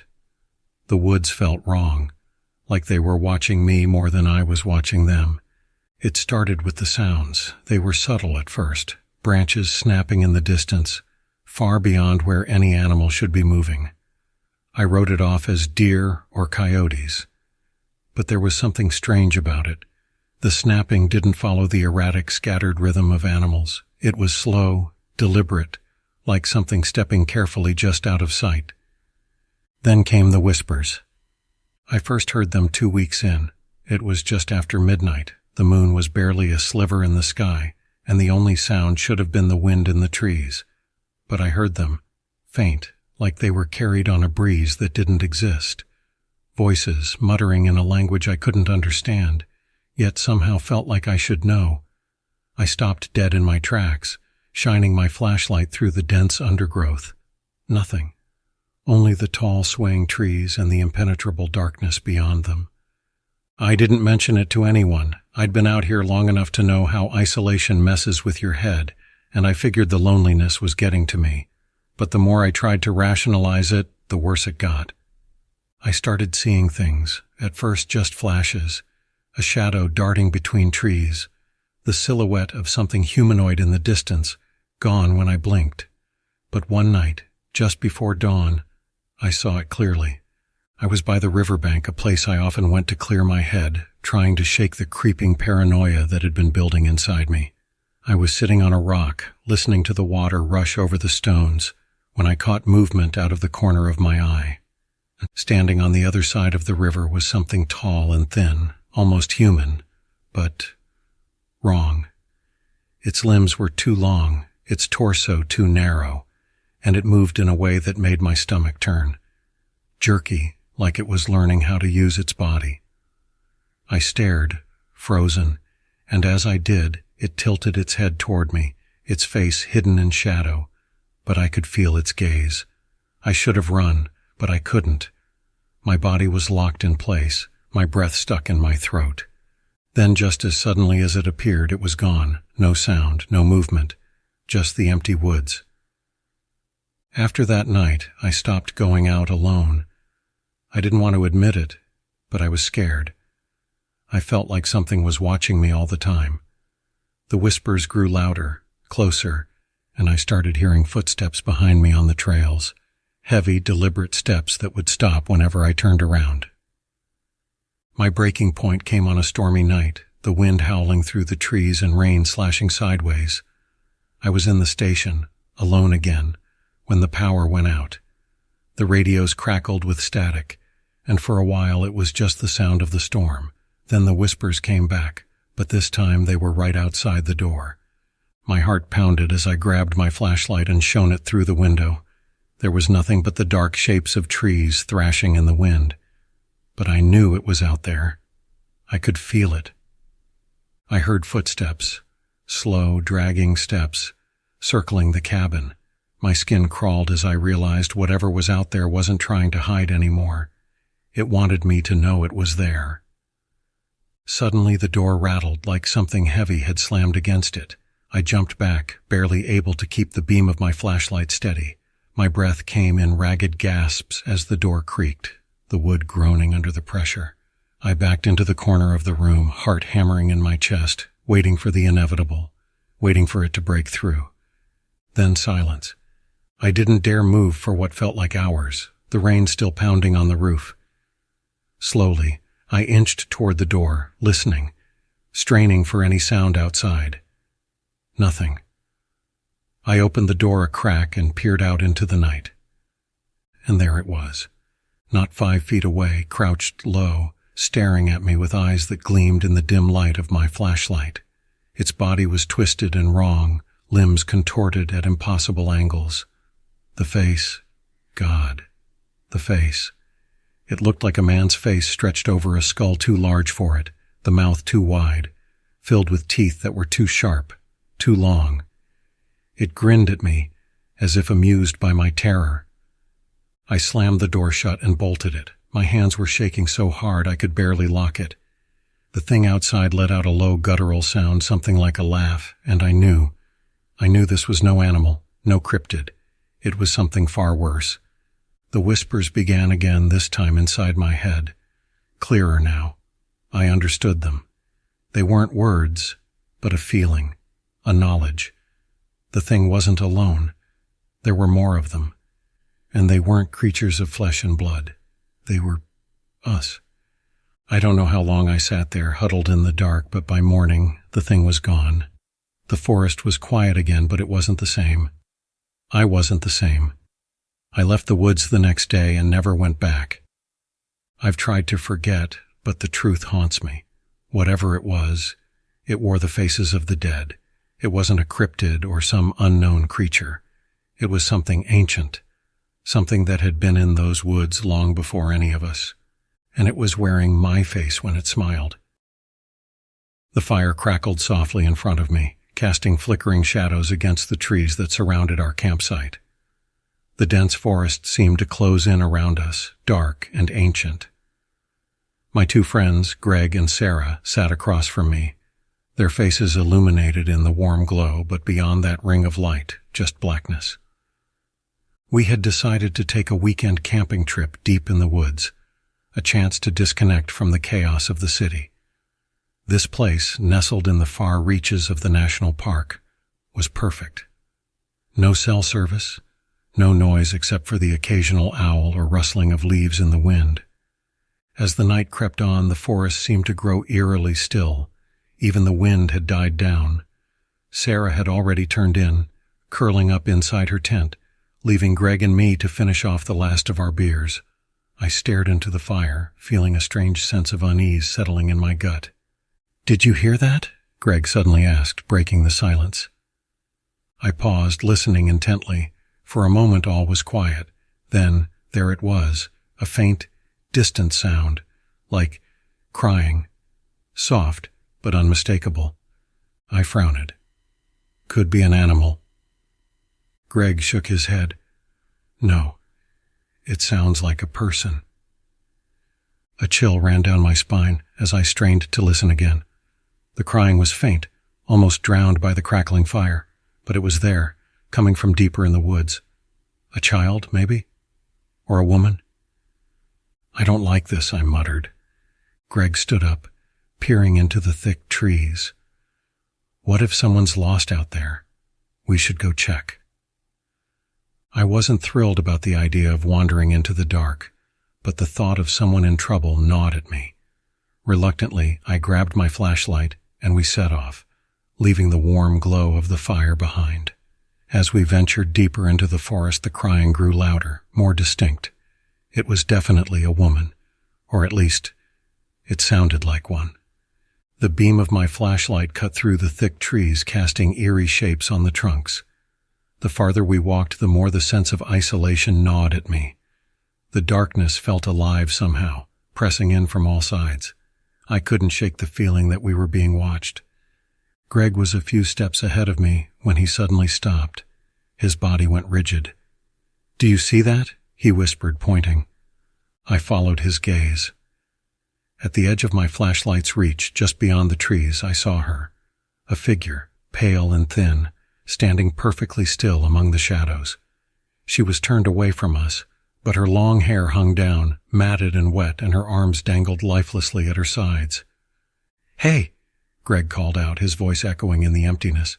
"Are you all right?" The woman didn't move, didn't respond. She just stood there, her back to us, crying softly. Something was wrong. Every instinct screamed at me to leave, but Greg was already moving closer, concern overriding his fear. As he stepped forward, the crying stopped, completely. The silence that followed was suffocating.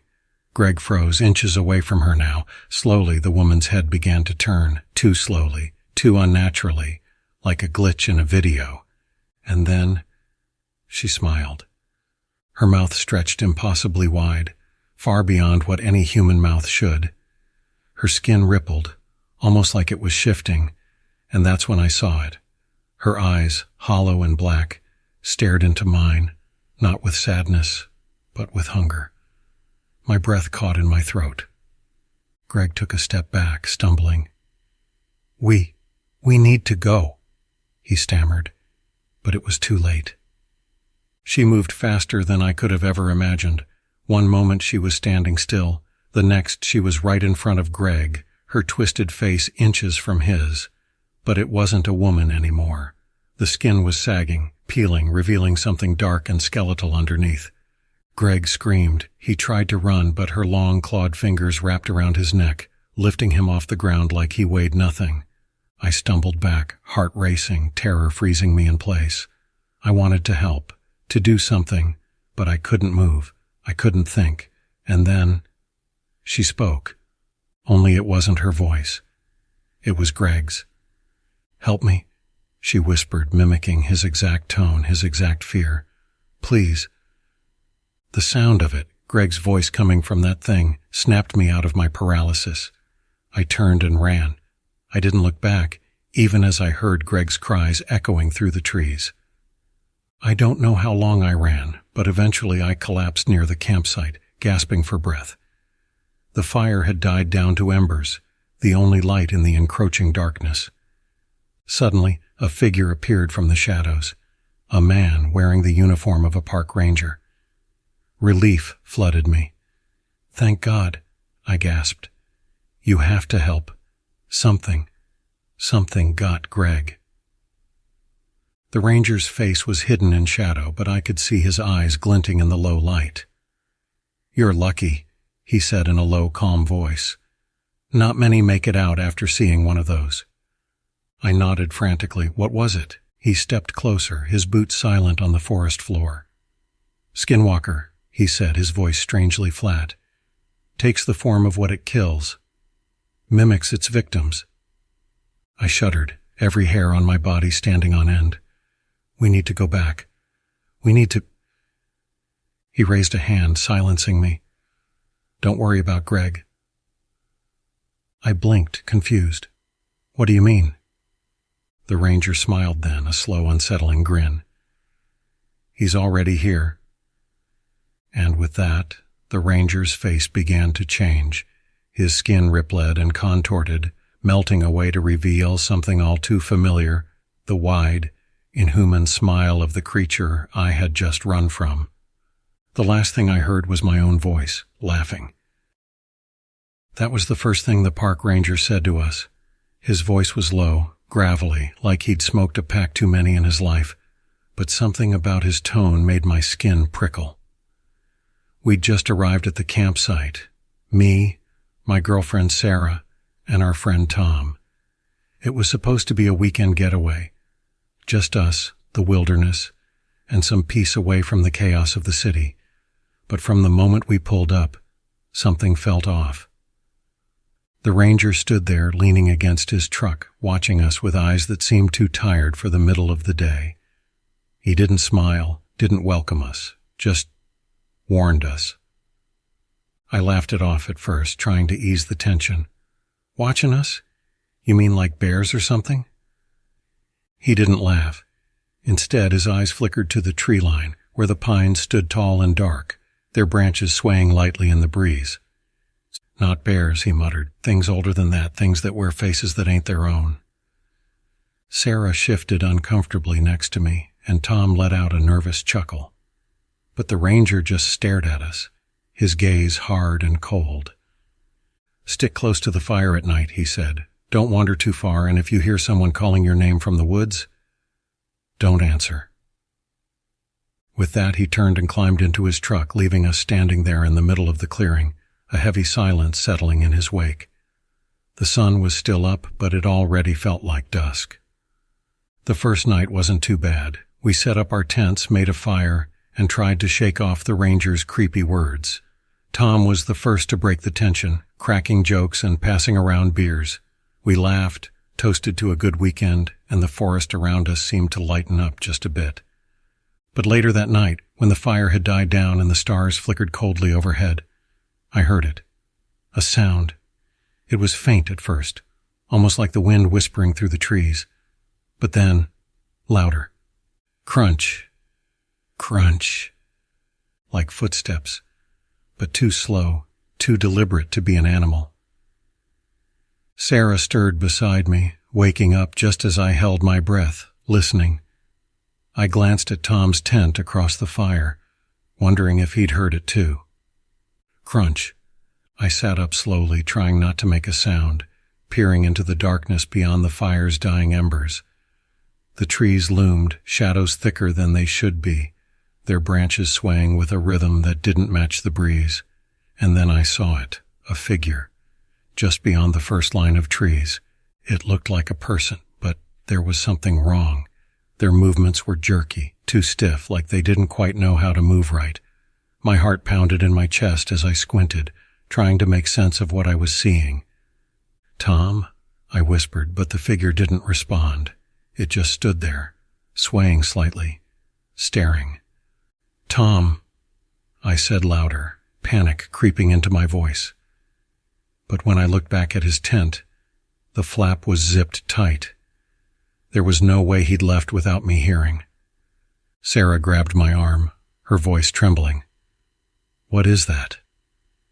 I don't know," I stammered, trying to keep my voice steady. "Stay here." I grabbed the flashlight and clicked it on, shining it toward the figure. For a second it vanished into the shadows, but then it stepped closer, just enough for the light to catch its face. My blood ran cold. It looked like Tom, but the eyes were wrong, empty, hollow, and the skin too tight, too stretched, like it wasn't meant to be on that face. My stomach lurched as I realized what I was seeing wasn't him. It was wearing him. I stumbled back, nearly dropping the flashlight. The thing cocked its head, mimicking a movement, and in a voice that sounded almost like Tom's but distorted, it said, "Don't be scared." Sarah screamed, and I grabbed her hand, pulling her toward the tent. We zipped it shut, our breaths ragged and panicked as the thing outside circled the campsite, its footsteps slow, deliberate. Too human to be a bear, but not human enough to be anything else. For hours we sat there listening as it moved around, sometimes too close, sometimes drifting farther away. But it never left. The sun didn't rise fast enough. By the next morning the thing was gone. The forest was quiet, too quiet, as if the woods themselves were holding their breath. Tom didn't remember anything. Said he'd slept like a rock. Didn't hear a thing. But Sarah and I knew what we saw. I wanted to leave, pack up, and get the hell out of there, but Tom laughed it off. Said we were just freaked out by the ranger's ghost stories. He insisted we stay one more night. I didn't want to admit how scared I was. Didn't want to seem paranoid. So we stayed. That night we heard it again, the footsteps. But this time they weren't outside the campsite. They were right outside the tent. The zipper rattled, slow, like something or someone was testing it. Sarah squeezed my hand so hard I thought it would break, and I held the flashlight tight, my heart thundering in my chest. Then, a voice, low, familiar. It was me. From the other side of the tent I heard my own voice whisper, "Let me in."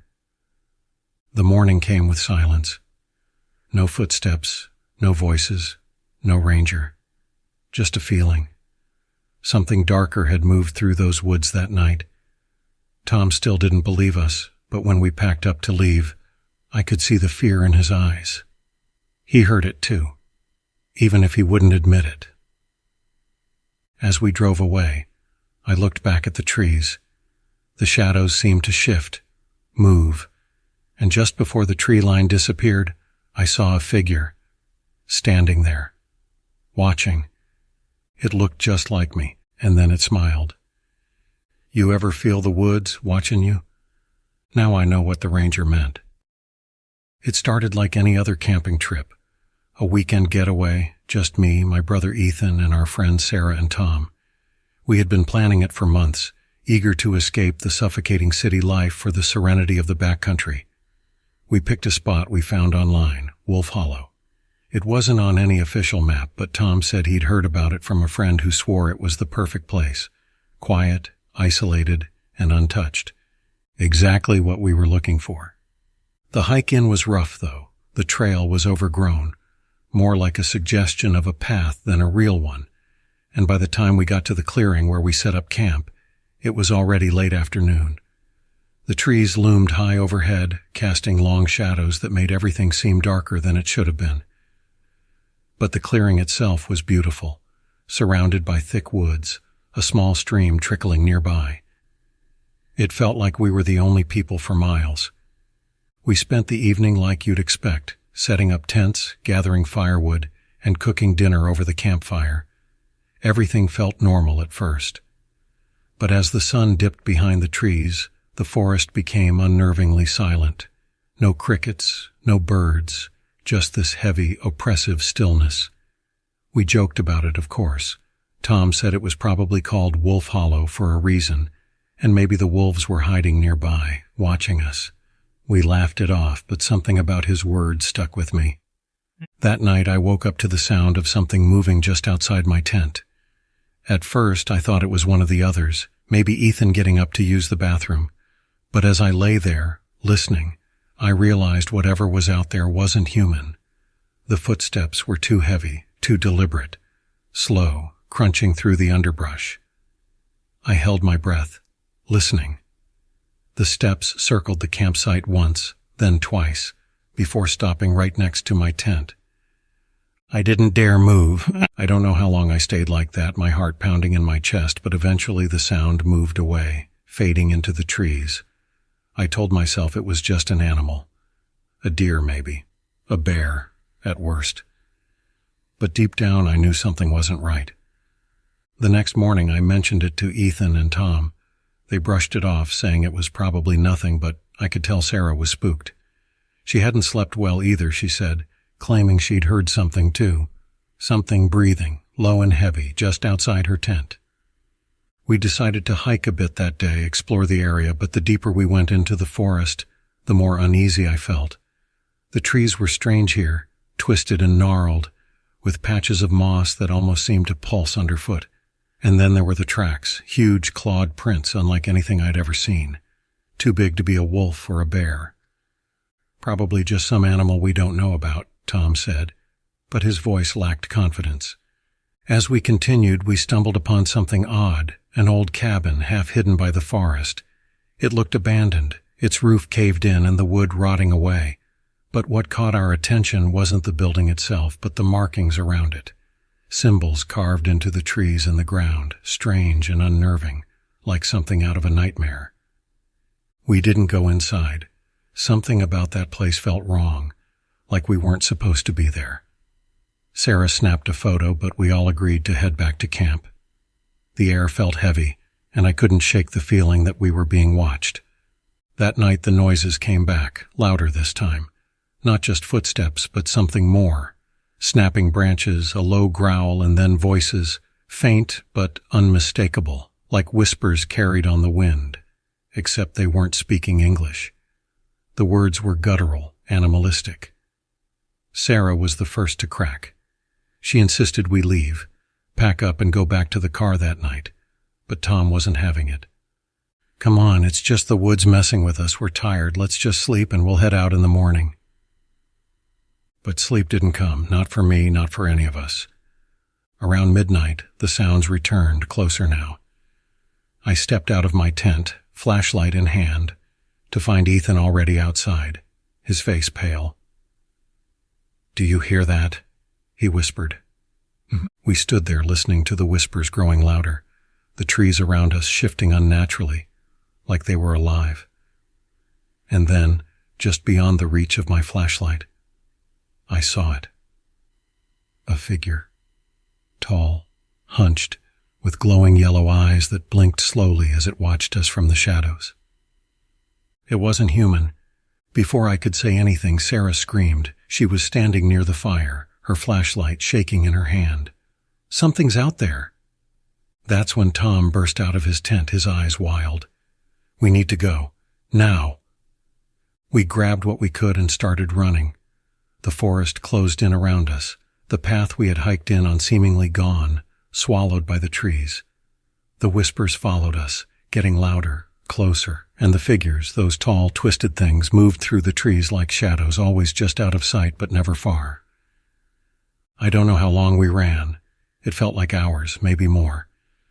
But somehow we ended up back at the cabin. The old rotting structure stood before us, as if it had been waiting. "This can't be right," Ethan muttered, his voice trembling. "We didn't go this way." But there was no time to argue. The creatures were closing in, their eyes glowing in the dark, their whispers turning into guttural growls. Desperate, we ran inside the cabin, slamming the door behind us. The air inside was thick, foul, like something had died long ago and never left. We huddled together, listening as the creatures circled outside. The walls of the cabin groaned under their weight, their claws scratching at the wood. But they didn't come in. For some reason, they didn't enter. That's when Tom saw it, a journal half buried under debris in the corner. He picked it up, flipping through the brittle, yellowed pages. The handwriting was shaky, barely legible, but the message was clear. The creatures don't fear man, they fear something else, something inside. What the hell does that mean? Sarah whispered, her eyes wide with terror. Before anyone could answer, the door creaked open slowly, on its own, and standing in the doorway, illuminated by the faint moonlight, was the ranger. We hadn't seen him before, hadn't even known there was a ranger out here. His uniform was worn, his face gaunt, and his eyes weren't right. They gleamed in the dark, reflecting the light like a predator's. "You shouldn't have come here," he said, his voice low and gravelly. "This place isn't for you."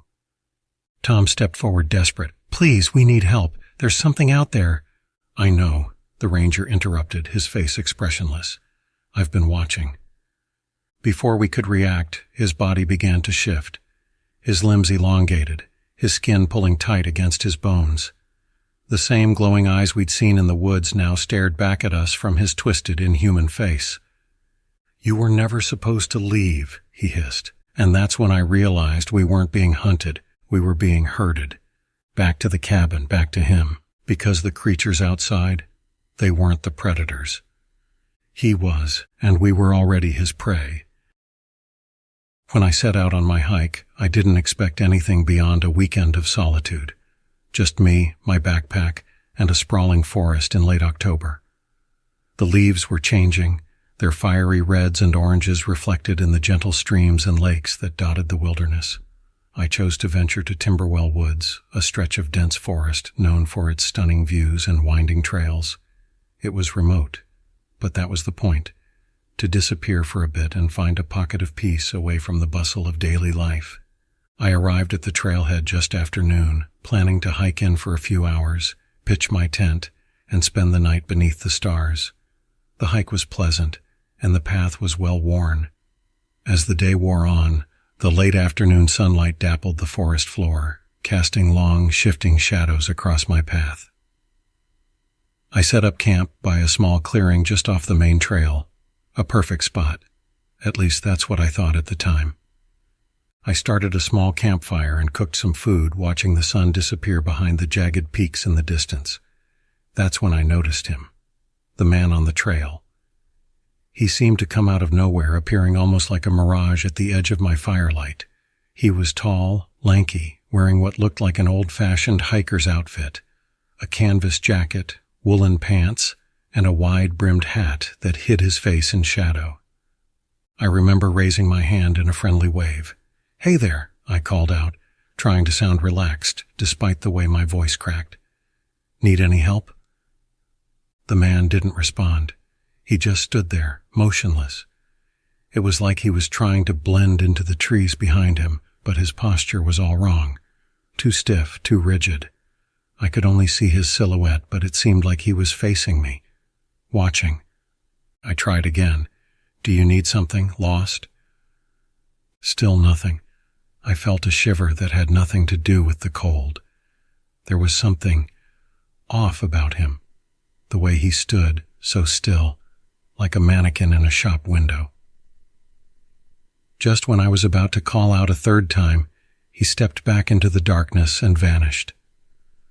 Probably just another camper, I muttered to myself, though my voice sounded thin and unconvincing. Timberwell was a big place, and it wasn't unheard of to run into other hikers, though I hadn't expected to see anyone this deep in the woods. The fire burned low, and I finally retreated to my tent, zipping myself in and lying down on my sleeping bag. The forest was loud that night, the wind whistling through the trees, leaves rustling like whispered secrets, the distant call of some animal I couldn't quite identify. Eventually sleep came, though it was restless and fitful. I woke up to the unmistakable crunch of footsteps, slow, heavy, deliberate. My blood ran cold as I sat up, clutching my flashlight with shaking hands. The footsteps stopped just beyond my tent. I could hear breathing, labored, wet, like someone struggling to fill their lungs with air. My heart pounded in my chest as I waited, holding my breath, hoping whoever it was would just go away. And then the zipper to my tent began to move, slowly, teeth by teeth, like someone was trying to be quiet but not quite managing it. I raised my flashlight, ready to blind whoever was intruding, but the zipper stopped halfway, leaving a gap just big enough for me to see out. What I saw made my skin crawl, a pair of eyes wide and glassy, staring right at me through the small opening. They were too large, too round, and the pupils were pinpoints, like an animal's caught in the headlights. And then they blinked, slowly, one lid coming down a split second after the other. I fumbled for my knife and tore open the opposite side of the tent, stumbling into the cold night air and sprinting into the woods without looking back. Branches clawed at my face and arms as I ran, the adrenaline masking any pain. I didn't stop until I reached the edge of a stream and fell to my knees, gasping for air. I turned around, expecting to see the man close behind me, but there was nothing, just the empty forest, dark and silent. After a few minutes, my panic began to subside, replaced by the bone-chilling cold. I knew I couldn't stay there all night. I needed to get back to my campsite, grab my things, and get out of Timberwell as fast as possible. I followed the stream back, taking care to move quietly. When I reached my campsite, it was empty. No sign of the man, no footprints, nothing. I packed up my gear in record time, extinguished what was left of the fire, and slung my pack over my shoulder. The trail was tricky to find in the dark, but I forced myself to remember the turns and landmarks, ignoring the gnawing feeling that I was being watched. I didn't make it far before I heard the whistling. It was a tune, simple and repetitive, echoing through the trees. At first I thought it was the wind, but the melody was too distinct, too human, and it was coming from up ahead on the trail. I stopped in my tracks, listening. The whistling grew louder, closer, until I could make out words beneath it, a low, muttering voice saying, "Not lost, not lost, not lost." I ducked off the path, hiding behind a large boulder. The whistling continued, passing right by me, just feet away. In the faint moonlight, I saw him, the same tall, lanky figure from before, but his face wasn't right. The eyes were too large, bulging out of their sockets, and his mouth hung open, slack and dripping with drool. He kept muttering to himself over and over again, "Not lost, not lost." I stayed hidden, holding my breath, praying he wouldn't see me. When he finally moved down the trail and out of sight, I forced myself to stand and continue in the opposite direction. I was nearing the trailhead, the promise of my car and safety growing closer with every step, when I saw something that nearly made me collapse in terror. Tacked to a tree, as if it had been there for decades, was a faded, sun-bleached poster. "Missing Timberwell Woods hiker." A picture of a young man, his face unrecognizable under layers of wear and damage. The date on the poster was from 20 years ago, long before I had ever hiked here. But the description sent ice through my veins. Tall, lanky, wearing old-fashioned hiking gear, last seen heading into the woods alone. I tore my eyes away from the poster and bolted for the parking lot, my breath hitching in my throat. I reached my car, yanked the door open, and jumped inside, fumbling with the keys until the engine roared to life. I floored it, gravel kicking up as I sped out of the lot and down the winding road back to civilization. For weeks, I couldn't get the image of that hiker out of my mind. The eyes, the muttering, the way he walked like he was being pulled by invisible strings. I scoured the internet, searching for any information about Timberwell Woods, but all I found were the usual local legends. Stories of hikers gone missing. Tales of the Timberwell man who wanders the woods at night, looking for his way home. But the part that keeps me awake at night is this. A few days ago, a hiker went missing on the same trail I took. Tall, lanky, wearing a canvas jacket and woolen pants. And some locals say they've seen him, wandering through the woods, lost. But not quite. And every now and then when the wind is right and the night is quiet, I swear I can hear a faint whistling. Simple, repetitive, and getting closer. It started like any other weekend getaway. I needed a break from the humdrum of city life, so I packed my old rucksack, dusted off my tent, and headed for the deep woods. I knew these trails well, or at least I thought I did. I'd hiked these paths every summer since college, finding solace in the silence of the trees, but this time felt different, though I couldn't say why. The first day was as idyllic as any camping trip could be. A clear blue sky, the smell of pine, and the sounds of the forest were the perfect remedy for my frazzled nerves. I hiked for about 4 hours before finding a clearing by a stream, a perfect campsite. I pitched my tent, gathered firewood, and sat back to watch the sun sink behind the thick wall of trees. The chirping of crickets and the croak of frogs accompanied the setting sun, and soon enough I was settled by a warm campfire, content and ready to escape into the peace of the wilderness. As I poked at the fire, I noticed a park ranger approaching, his uniform blending in with the browns and greens of the forest. He was tall, probably mid-40s, with a grizzled beard and eyes that seemed to gleam like wet stones in the firelight. I waved to him, but the way he stared at me, unblinking, made me feel like I'd done something wrong. "Evening," I called out, trying to break the tension. "Evening," he replied, but his voice felt flat, like it didn't belong to him. He stood at the edge of the clearing, his hands clasped in front of him. "You alone out here?" "Yeah, just getting away for a bit," I said. Am I camping somewhere I shouldn't?" "No," he said quickly, shaking his head. "No, not at all. Just, it's better to keep your wits about you is all." Thanks for the advice," I said, forcing a chuckle, but he didn't laugh. Instead, his eyes locked onto mine, and he held my gaze a beat too long. Then, just as abruptly as he'd appeared, he turned around and walked back into the woods, the shadows swallowing him in seconds.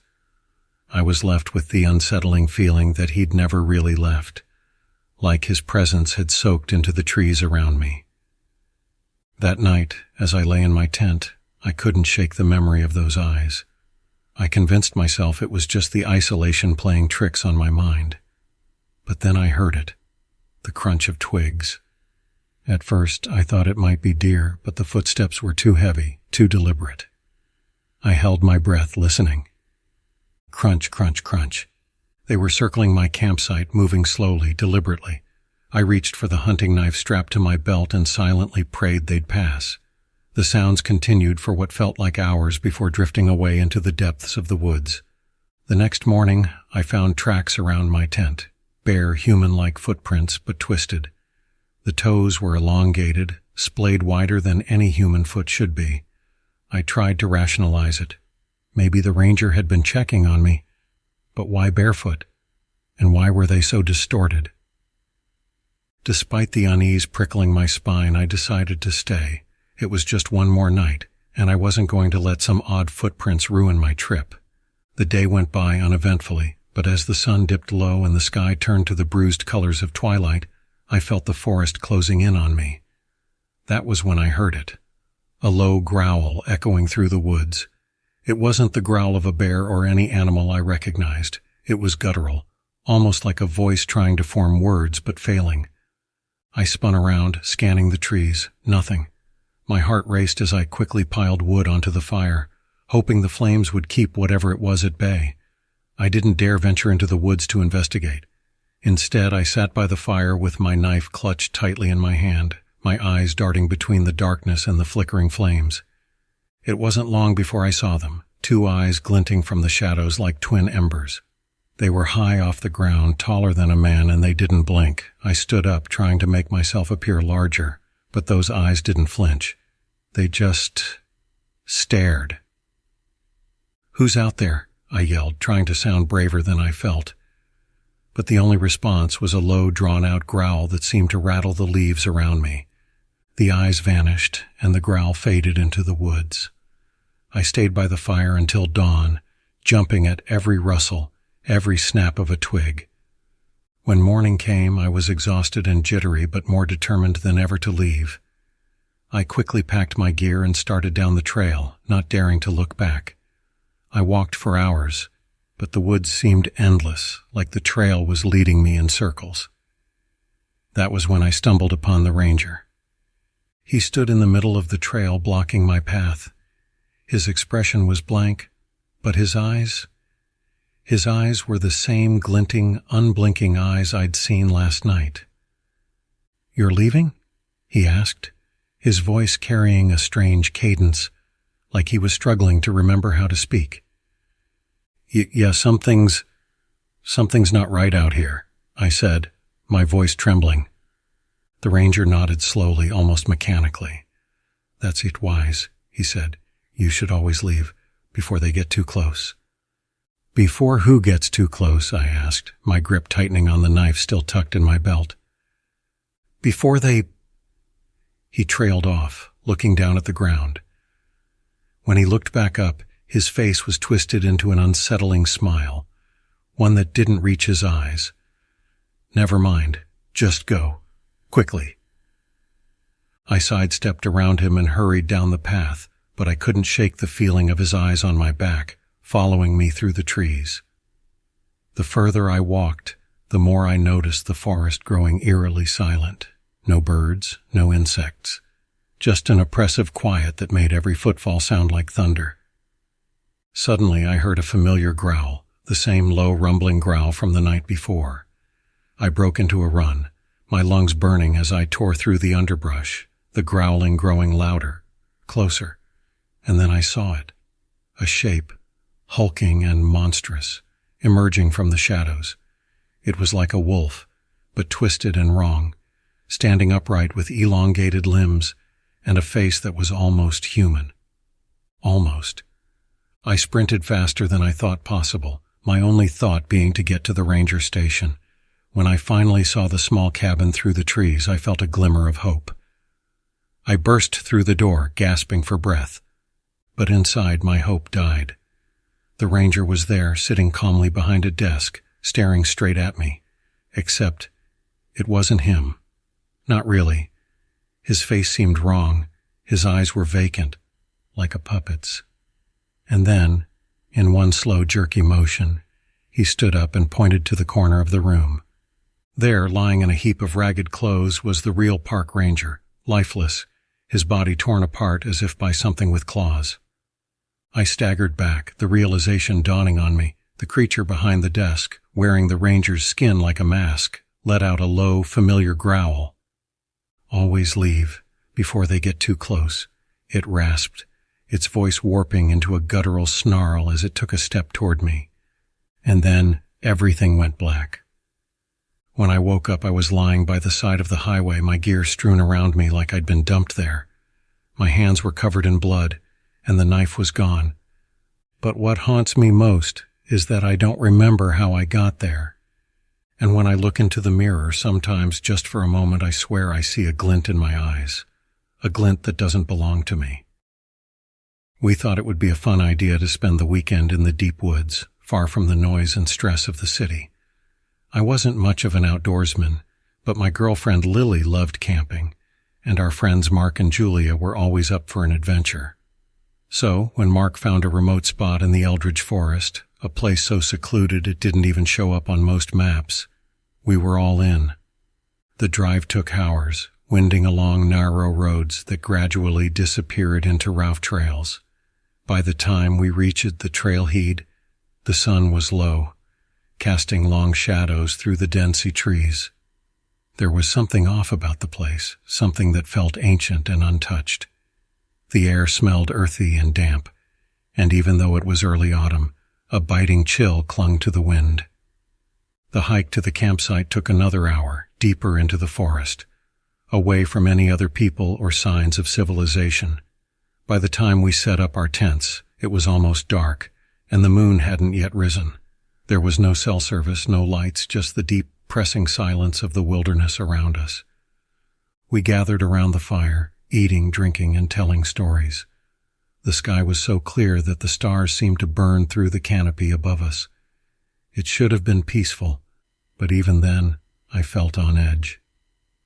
It was too quiet. I didn't want to ruin the night by voicing my unease, so I kept it to myself.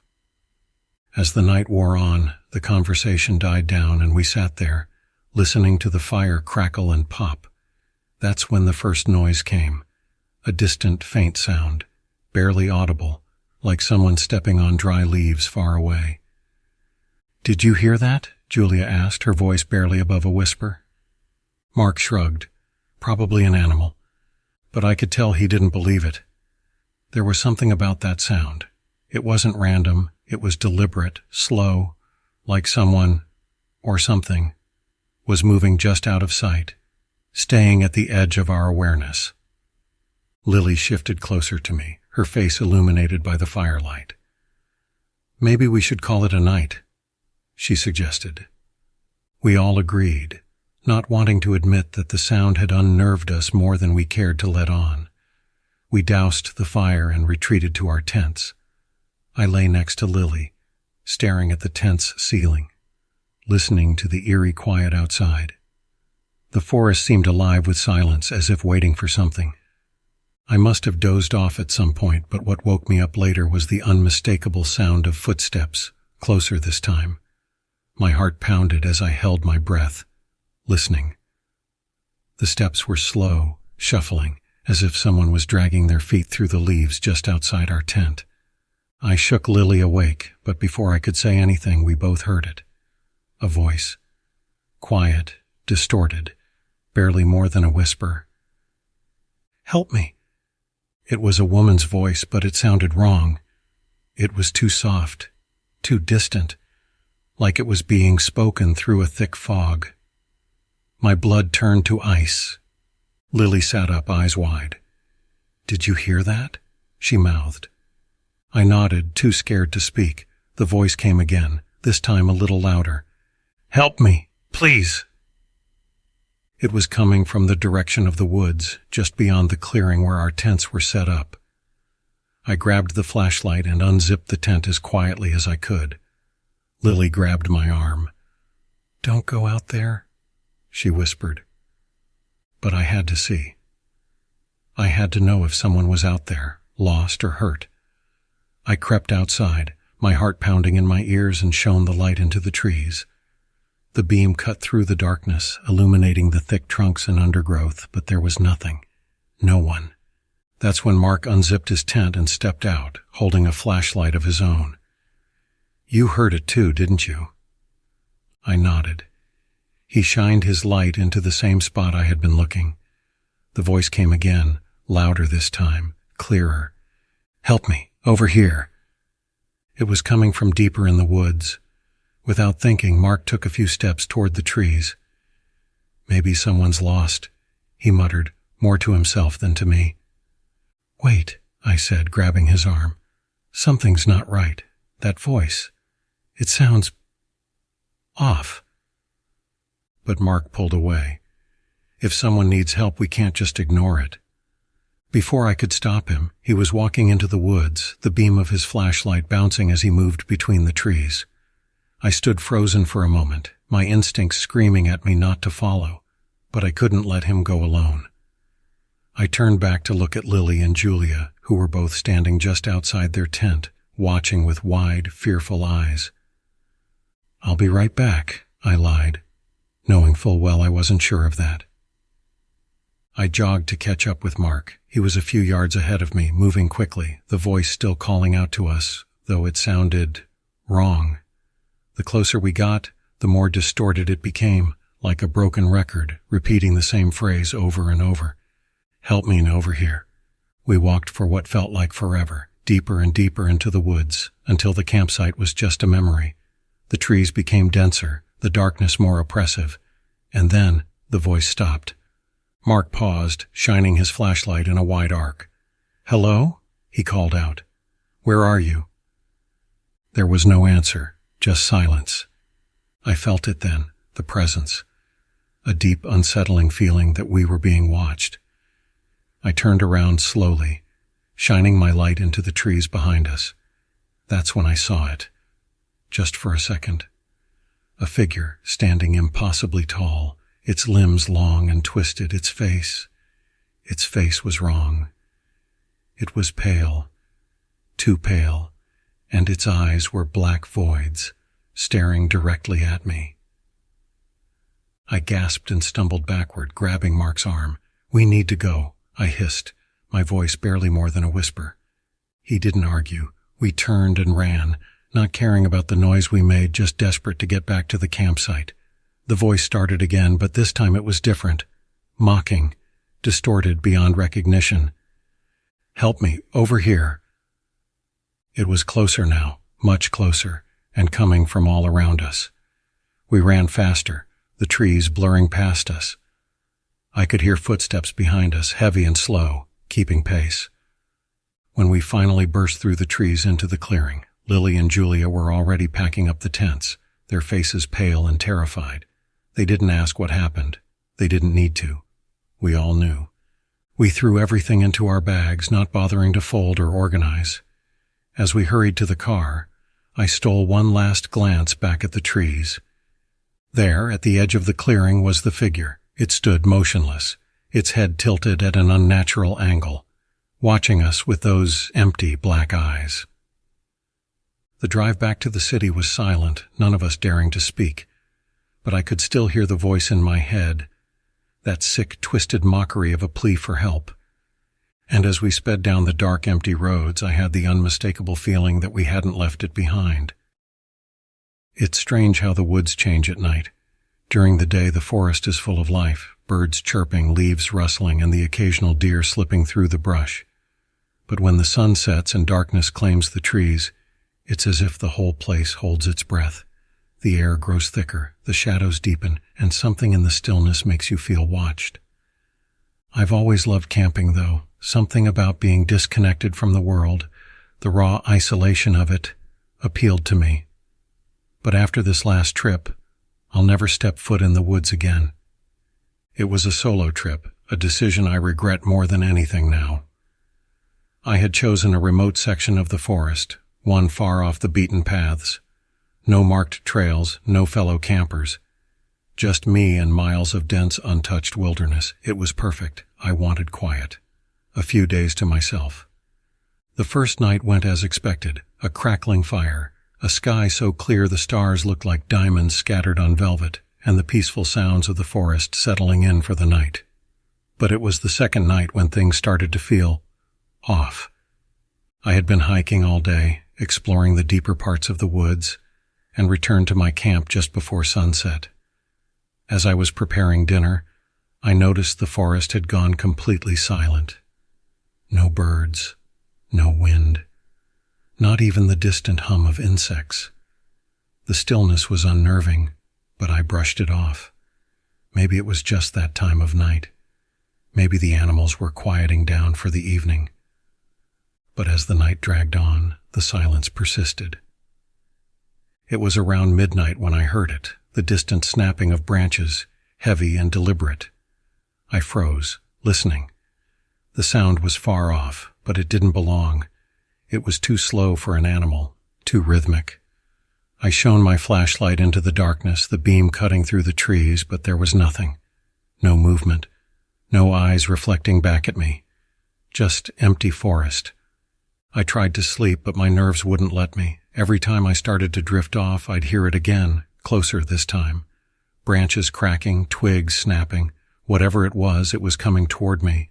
I reminded myself that it could be anything, a deer, a bear even. But something about the sound, about the way it moved, felt wrong, too purposeful. Around 3 a.m., I gave up on sleeping. I was sitting by the fire, poking at the embers, when I caught the first glimpse of movement. Just beyond the tree line, something tall, too tall, slipped between the trunks. My heart pounded in my chest. I stood, straining to see, but whatever it was had vanished. I tried to convince myself it was nothing, my mind playing tricks on me in the dark, but then I heard the voice. Help. Me. It was faint, barely audible over the crackling of the fire, but it was unmistakable. A woman's voice, weak and desperate, somewhere in the woods. I grabbed my flashlight and hesitated. Every instinct told me to stay by the fire, to stay put. But the voice came again, closer this time. Please, help. Against my better judgment, I followed the sound. I walked into the trees, the beam of my flashlight sweeping the ground. I didn't get far, maybe 20 yards, before I saw something that made my blood turn to ice. There was a figure standing perfectly still between the trees, tall and gaunt, its limbs impossibly long and thin, and its head was wrong. Too big for its body, tilted at a strange angle, as if it had been broken and left to dangle. But the worst part, the part that made me want to run back to my tent and never look behind me again, was the face. It wasn't a face at all. It was smooth, featureless skin stretched tight over bone. No eyes, no mouth, just smooth, pale flesh. I staggered back, tripping over a root and falling hard to the ground. When I looked up again, the figure was gone, but the voice was still there. "Help me," it whispered, this time from behind me. I scrambled to my feet and ran, sprinting back toward my camp. My heart was hammering so loud I could barely hear the blood rushing in my ears. I didn't stop until I reached the fire, panting and wide-eyed. I felt like I was being hunted. I collapsed into my chair, gripping my flashlight like a lifeline. I didn't hear any more sounds that night, but I didn't sleep either. The forest felt wrong, twisted somehow, like I was no longer alone, and whatever was out there was watching. The next morning I packed up camp, ready to leave as soon as possible. But when I reached the trailhead, there was a man waiting for me. He was dressed like a park ranger, standard green uniform, wide-brimmed hat, but something about him seemed off too. His eyes were too dark, too empty, his skin too pale. "You shouldn't be out here," he said, his voice flat and emotionless. "I know," I muttered, barely able to meet his gaze. "I'm leaving." He nodded, but before I could walk past him, he added, "Some things out here, they mimic what they hear, take forms you recognize, but they're not human, and they're never alone." A cold shiver ran down my spine as I looked at him. Something in the back of my mind screamed that this man, this ranger, wasn't what he seemed either. But I kept walking, my legs stiff, my heart pounding. I didn't look back, but I could feel his eyes on me the whole way. It wasn't until I was halfway home that I realized I hadn't told him about the voice I heard or what I saw. And yet he knew.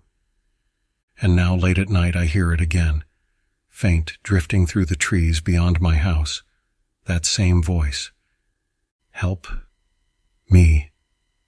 I don't answer, I don't look, but I know it's out there, waiting, and it knows where I live. It was supposed to be a quick, relaxing trip, a weekend spent camping in the woods, far away from the noise of the city, far away from people. That's how it started, at least. A group of friends, a few beers and stories shared around the fire. But by the time the first night fell, things had already started to feel off. We'd chosen a remote spot in Wildwood Forest, miles from the nearest road, following a barely visible trail that wound deep into the wilderness.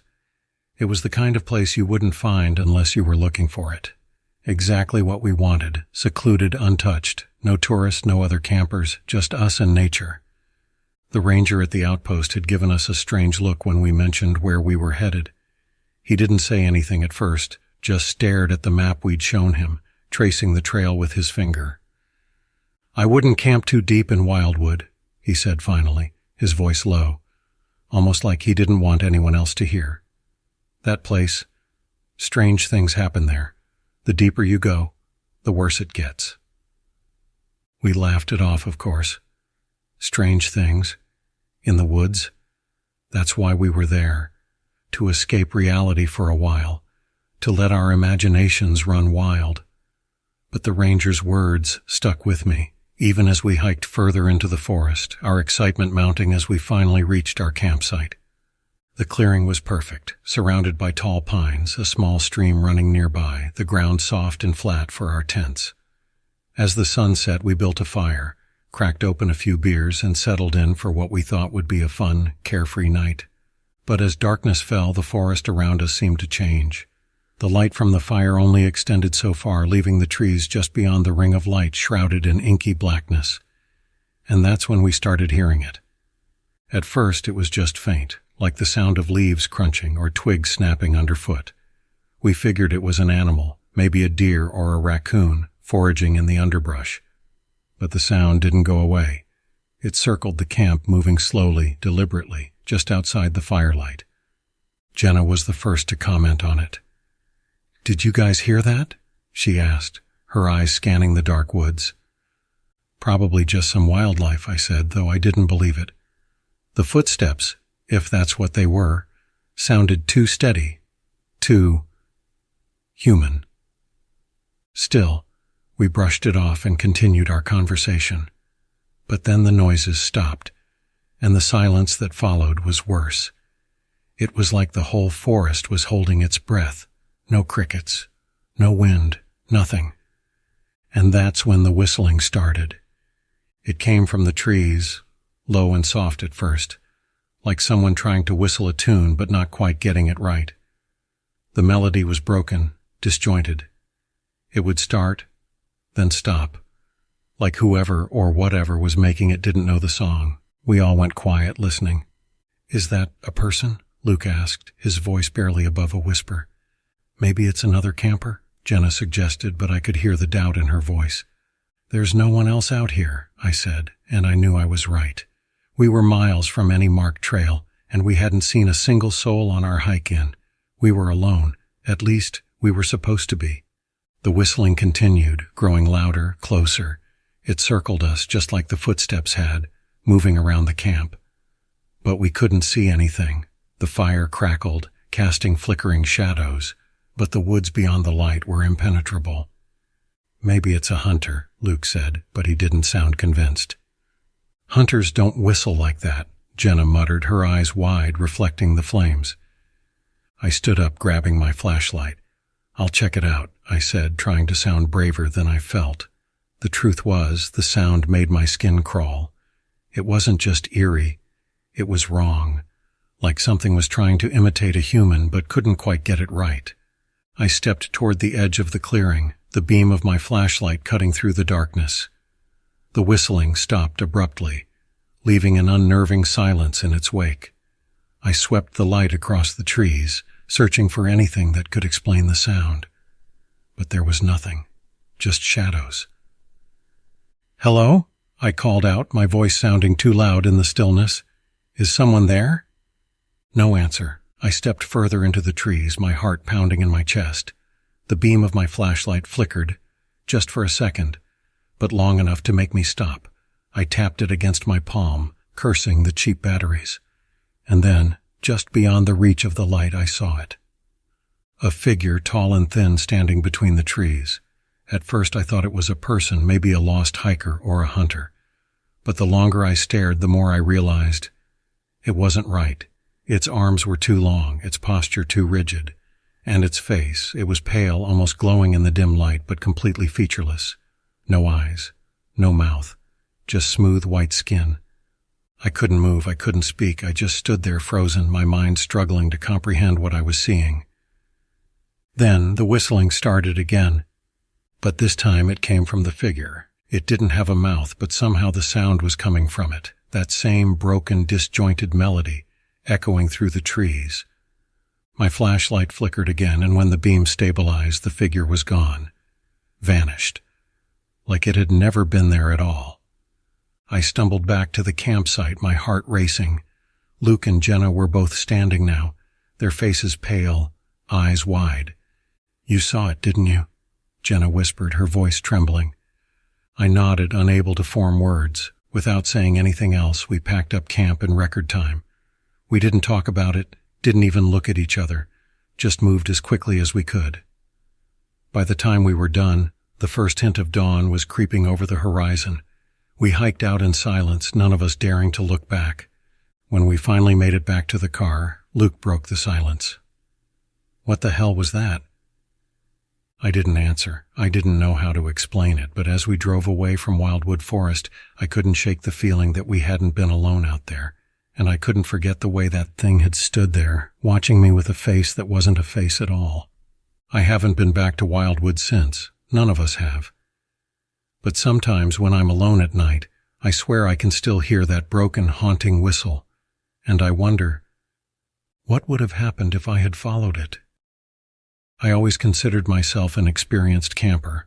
I'd been hiking and camping in remote places for years, usually solo. There was something about being out there, surrounded by nothing but nature, that made me feel alive. The silence, the fresh air, it gave me a sense of peace I couldn't find anywhere else. But there was this one spot I'd heard whispers about, a place deep in the Montana wilderness. People talked about it in hushed tones, calling it the Hollow. It was said to be untouched, an area so remote that it wasn't even on most maps. But the stories were always vague, filled with odd warnings. Don't camp near the trees, or stay away from the fog if it rolls in. It was the kind of folklore that most outdoorsmen laugh off. But of course it piqued my curiosity. I decided that was my next destination. After some digging and old map cross-referencing, I found the general location. It wasn't easy to get to. 2 days of hiking through dense forest, no trails, no markers, nothing. The deeper I went, the quieter the forest became. By the second day, even the birds had stopped singing. Still, it didn't bother me. I'd been in plenty of quiet forests before. The silence just meant I was far from civilization, exactly what I wanted. Late that afternoon, I found the perfect spot to set up camp. A small clearing surrounded by towering pines, with just enough space for my tent. There was a stream nearby which would be good for water, and the sun filtered through the trees in soft, golden beams. It was perfect, picturesque even. As the sun began to set, I built a fire, ate my dinner, and settled into my usual routine. By the time the stars were out, I was leaning back against a log, staring up at the sky. That's when I noticed something odd. There was a mist forming, creeping out from the trees. It started off slow, just a thin veil hanging low to the ground, but it thickened quickly, swirling at the edge of the clearing like it was alive. I stood up watching it. I'd seen fog before, of course, but this was different. It didn't move naturally. It stopped right at the line of trees, refusing to come any closer to my camp, almost as if it was waiting. Just weather, I muttered to myself, though a knot of unease had begun to form in my stomach. I went to bed earlier than usual that night, trying to shake off the strange feeling that had settled over me. The mist still hovered at the edges of the clearing, thick and unmoving. I don't know what time it was when I woke up, but the fire had long since died, and my tent was pitch black. At first, I wasn't sure what had pulled me out of sleep. There was no sound. No breeze rustling the trees, no animal calls, just absolute silence. And then I heard it. A soft, rhythmic tapping, like fingers drumming on wood. It was coming from outside the tent, but it wasn't close, maybe at the edge of the clearing. I listened for a few seconds, heart racing, trying to make sense of it. There was no wind, nothing that should have been moving. The tapping grew louder, closer. I unzipped the tent just enough to peek out, my flashlight in hand, scanning the area. The mist was still there, thick and swirling just beyond the tree line. But now, shapes moved within it, dark, shifting forms, tall and thin. I couldn't make out any details, just long, shadowy figures pacing in and out of view. And then I saw it, something standing at the very edge of the clearing, just barely visible in the fog. It was tall, taller than any man, with impossibly long arms that seemed to drag along the ground. Its head was wrong, elongated, almost like it was wearing a mask, a pale oval where a face should have been. It was tapping its fingers on a tree, the sound carrying through the silent forest like a drumbeat. I froze. The figure stood perfectly still, but I knew it was aware of me. Its head was tilted slightly like it was listening. Then, without warning, it stopped tapping and stepped forward, just one long, slow stride. I panicked. I zipped the tent shut, clutching the flashlight like it was some kind of shield. My mind raced. I could hear the tapping again, louder now, closer. My breath came in shallow gasps as I tried to stay quiet, listening. I needed to think. What was that thing, and why hadn't it come closer? That's when I realized, the fog. It hadn't crossed the line of the clearing. Whatever that thing was, it stayed within the mist. I didn't know why, but for the moment, it seemed like the only thing keeping me safe. The tapping continued, circling the camp, always staying just beyond the edge of the clearing. I lay there, wide awake, my mind racing as the hours crawled by. Then, just before dawn, the tapping stopped. I listened for what felt like an eternity, but the forest remained silent. No footsteps, no whispers, nothing but the soft rustle of leaves as the wind finally picked up. When the sun rose, the fog had vanished, leaving the forest looking as serene as ever. But something about it felt wrong, like the woods were hiding a secret just beneath the surface. I packed up camp quickly, eager to get out of there. As I was finishing, I noticed something at the edge of the clearing. Footprints.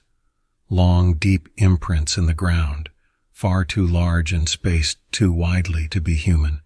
They trailed along the boundary of the clearing, stopping just short of where I had slept. I didn't wait around to inspect them. I slung my pack over my shoulder and hiked out of there as fast as I could, refusing to look back. It took me the entire day to get back to the car, and by the time I reached it, the sun was beginning to set again. As I drove away, I felt an overwhelming sense of relief. But that night, when I finally crawled into bed, I couldn't shake the feeling that something had followed me. The next morning, I found dirt and leaves tracked into my house. Large, uneven footprints leading from my front door to the bedroom window. I haven't been camping since. It was supposed to be a simple camping trip, nothing more than a weekend getaway to clear my head and get some fresh air. A group of us, 5 in total, had planned this for weeks. We'd picked a spot deep in the Pine Barrens, far enough from any city that the stars would blanket the sky, uninterrupted by light pollution. It was perfect. Or at least that's what we thought. The first night felt like every camping trip I'd ever been on. The crackling of the fire, the smell of pine and earth, and the distant hooting of owls as we told stories and laughed around the campfire. The woods around us seemed peaceful, with the occasional rustling of leaves or snapping of twigs in the distance. It was nothing out of the ordinary, just the forest doing its thing. But the feeling of isolation, that creeping awareness of just how far we were from civilization, began to settle in as the fire died down. The wind picked up and the forest grew colder, quieter, like it was holding its breath. I don't remember falling asleep, but I woke up in the middle of the night, suddenly wide awake. At first it was just the typical sounds of the forest, branches swaying, an owl's distant call. But then I heard something else. Faint, barely audible at first. A low, guttural growl. I froze, my heart pounding in my chest as I strained to hear it again. And there it was, closer this time, like whatever it was had moved. I told myself it was just a coyote or some other animal, but when I looked out of my tent's small window, I saw something. It was a shadow, tall and hunched, moving between the trees. It wasn't a bear or a deer, that much I knew. This was something else, something I couldn't quite explain. I must have watched it for minutes, though it felt like hours, before it disappeared into the dark. I wasn't sure if it had seen me, but I didn't dare move until the first light of dawn broke through the canopy. I didn't tell anyone about it the next morning. I didn't want to freak them out, and honestly, I wasn't even sure what I had seen. That was when the ranger showed up. He came strolling into our camp just after breakfast, unannounced and a little too calm for my liking. His uniform was disheveled, his hat crooked, and there was something off about the way he looked at us, like he was sizing us up. He asked if we had seen or heard anything unusual during the night. I hadn't mentioned what I saw, but one of my friends, Jenny, said she'd heard footsteps circling the camp while we slept. The ranger nodded slowly, his face unreadable, before giving us a strange warning. These woods, they have a way of playing tricks on people. Best keep your wits about you. He left as quickly as he came, leaving us all a little unsettled. We tried to brush it off, blaming it on the isolation, but there was an unspoken tension now. That afternoon, we found tracks near our camp. They were large, too large to belong to any animal in these parts. Deep impressions in the soil, with claw marks gouging the earth. None of us knew what could have made them. The sun was sinking fast, and we all felt it, the weight of something watching us. The jokes from the first night were gone, replaced with nervous glances and half-hearted reassurances. But we couldn't shake the feeling that we weren't alone. That night, it got worse. It started with the noises, branches breaking, leaves crunching, something heavy moving just beyond the reach of our firelight. Then came the howling, long and mournful, unlike anything I'd ever heard before. It echoed through the trees, and I saw the fear in everyone's eyes. Suddenly, a loud crash from the darkness. We grabbed flashlights, scanning the tree line, but there was nothing. Just the wind, swaying the branches. Jenny swore she saw something move, a figure darting between the trees, but when we pointed the beams of light, there was nothing there. That's when we saw him, the ranger standing at the edge of our camp, staring at us with wide, unblinking eyes. His face looked wrong, paler than before, his eyes too reflective in the light, almost animalistic. He stepped closer, his movements jerky and unnatural, like he wasn't used to being in his own skin. And then we saw it. His shadow stretched long behind him, but something wasn't right. His shadow had horns and elongated limbs. I froze. It wasn't the ranger anymore. It couldn't be. Before we could react, he spoke, his voice low and guttural. "You shouldn't have come here." The fire flickered, and for just a moment, I swore I saw his skin shift, ripple, like it was barely containing something underneath. Something inhuman. One of my friends screamed, and everything erupted into chaos. We ran, splitting off into the woods, the sound of crashing branches and heavy footsteps following us. I could hear the others shouting, panicking, but I didn't stop. I didn't dare look back. I don't know how long I ran, but when I finally stopped, gasping for breath, I realized I was alone. The forest was silent, the only sound my own ragged breathing. Then, from behind a tree, I saw movement, a figure stepping out from the shadows. It was Jenny, or at least it looked like her. But something was wrong. Her eyes were wrong. Too bright, too predatory. She smiled, but it wasn't a human smile. It stretched too wide, her teeth too sharp. "You shouldn't have run," she said, her voice low, guttural, just like the ranger's. That's when I understood. Jenny wasn't Jenny anymore. It had taken her place, just like it had with the ranger. I stumbled back, but there was nowhere to go. The woods were closing in around me, the darkness growing thicker, more suffocating, and as the figure stepped closer, I realized with a sinking dread that I wasn't running from them. I was running to them, because deep down I knew. I had never left the woods. I was one of them, and now I was finally home. There's a stretch of woods up north they call Blackwood Forest, the kind of place that doesn't show up on most maps. I'd heard whispers about it from other campers, stories about people going missing, strange lights in the sky, and creatures seen just on the edge of vision.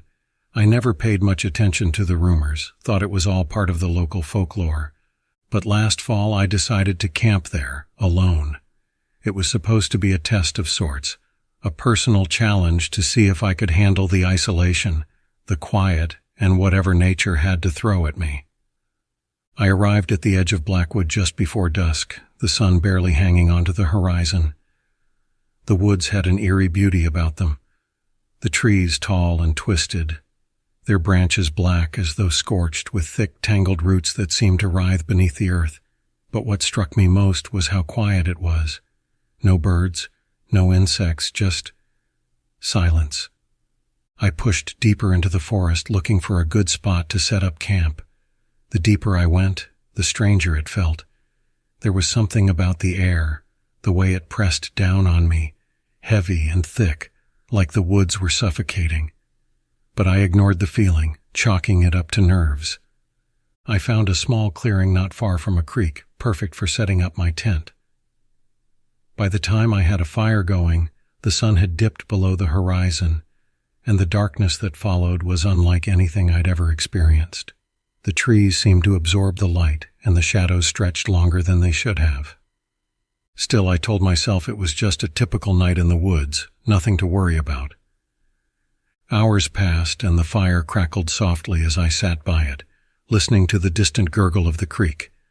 But as the night wore on, I started hearing something else. At first it was subtle, like a whisper carried on the wind. I strained to listen, but the sound would fade away the moment I tried to focus on it. Then came the footsteps. They were faint, but unmistakable, slow, deliberate, crunching leaves and snapping twigs just beyond the tree line. I shone my flashlight into the darkness, but all it revealed was the dense wall of trees and shadows. My heart began to race. It could have been an animal, maybe a deer or something.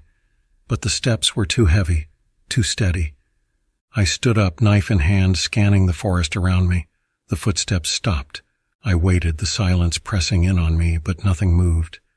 After what felt like hours, I convinced myself it was just my imagination. I sat back down by the fire, trying to shake off the unease.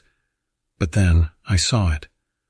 A shadow, tall, impossibly thin, standing just beyond the reach of the firelight. It was shaped like a man, but stretched and distorted, as if the darkness itself had taken form. I blinked, and it was gone. I jumped to my feet, my heart pounding in my chest, shining the flashlight wildly around the clearing. There was nothing, no footsteps, no shadow, just me and the oppressive silence of the forest. But I knew what I had seen. I considered packing up and leaving right then, but something stopped me. Call it pride, call it stupidity, but I wasn't about to let my mind play tricks on me. I told myself I'd stay the night. After all, it was just a shadow, nothing more. Or so I thought. As the fire began to die down, I crawled into my tent, zipping it up tightly behind me. I lay there in the darkness, gripping my flashlight, trying to calm my racing thoughts. But sleep wouldn't come. Around midnight, the whispers started again. This time they were clearer, multiple voices overlapping, murmuring in a language I couldn't understand. They seemed to come from all around me, circling the tent. I held my breath, my body rigid with fear, listening as the voices grew louder, more insistent. Then the tent moved. Something pressed against the fabric from the outside, brushing against it slowly, like fingers dragging along the nylon. I froze, my heart pounding so hard I thought it would burst.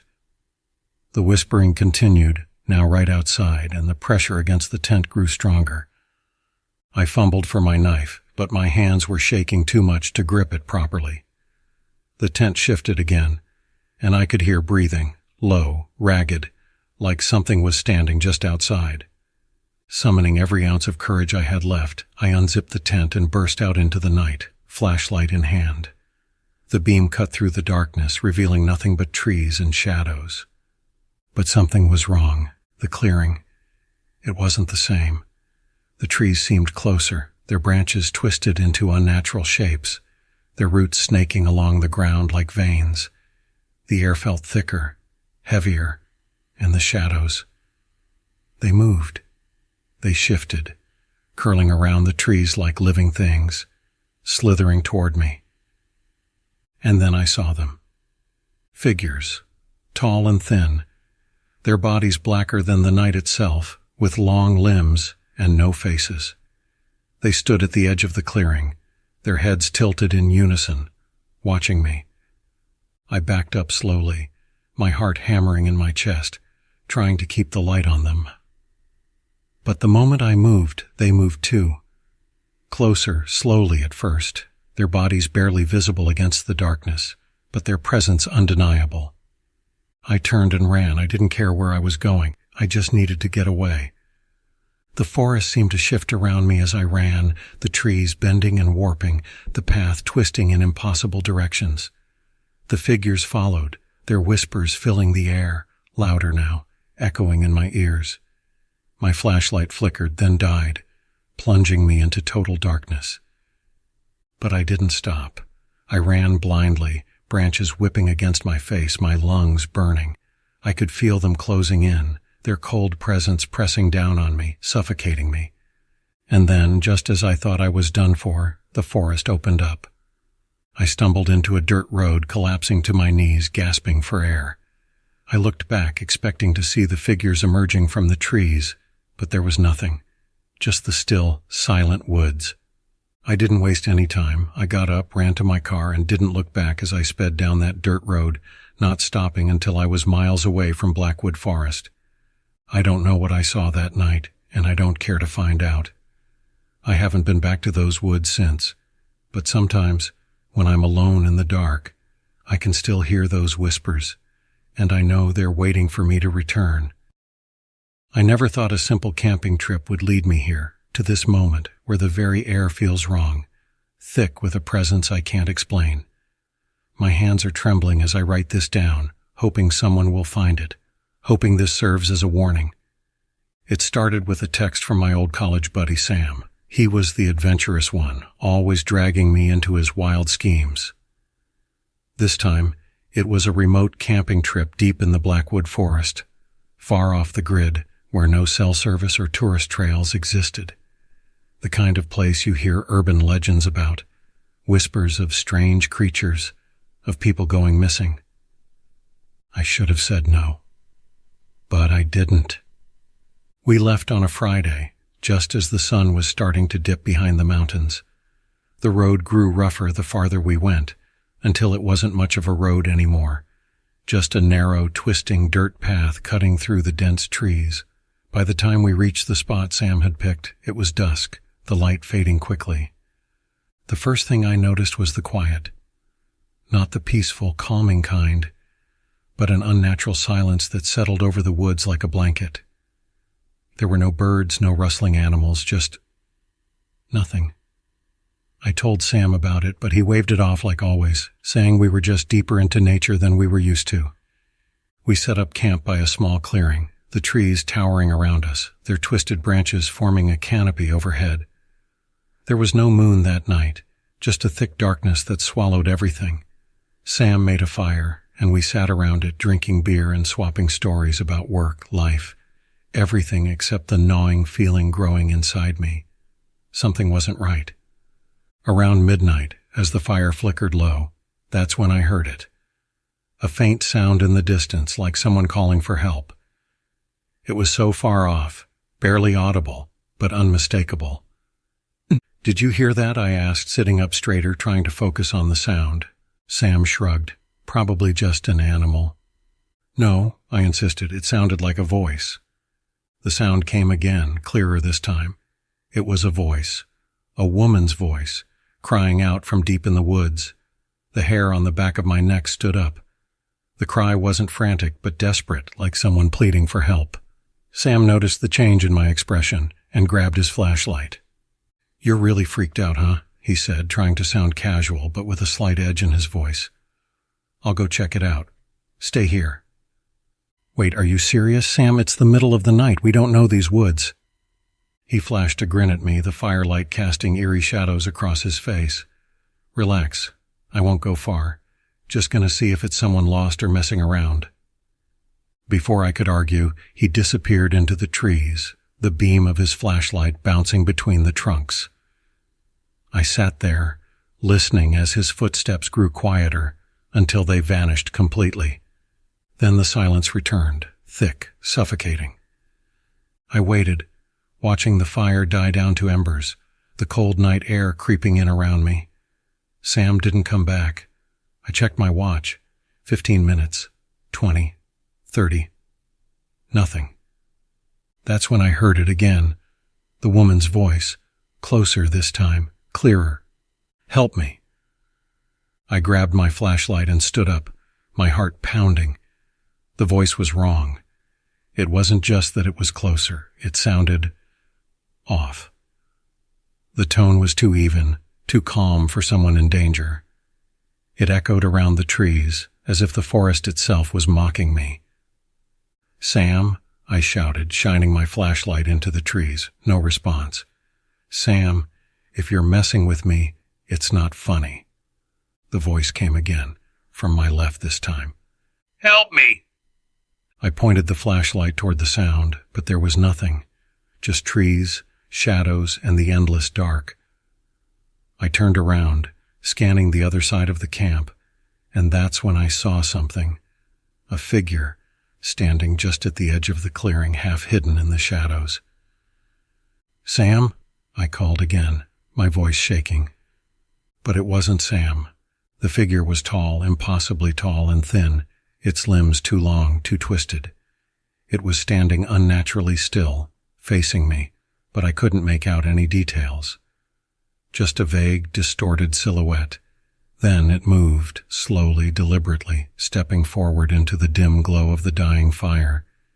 And that's when I saw it. Its face. It wasn't a face. Not really. It was a grotesque mask of skin, stretched too tight, the eyes hollow and black, the mouth wide and smiling. But the smile didn't reach its eyes. They were empty. Dead. I froze. My mind screamed at me to run, to get away, but my legs wouldn't listen.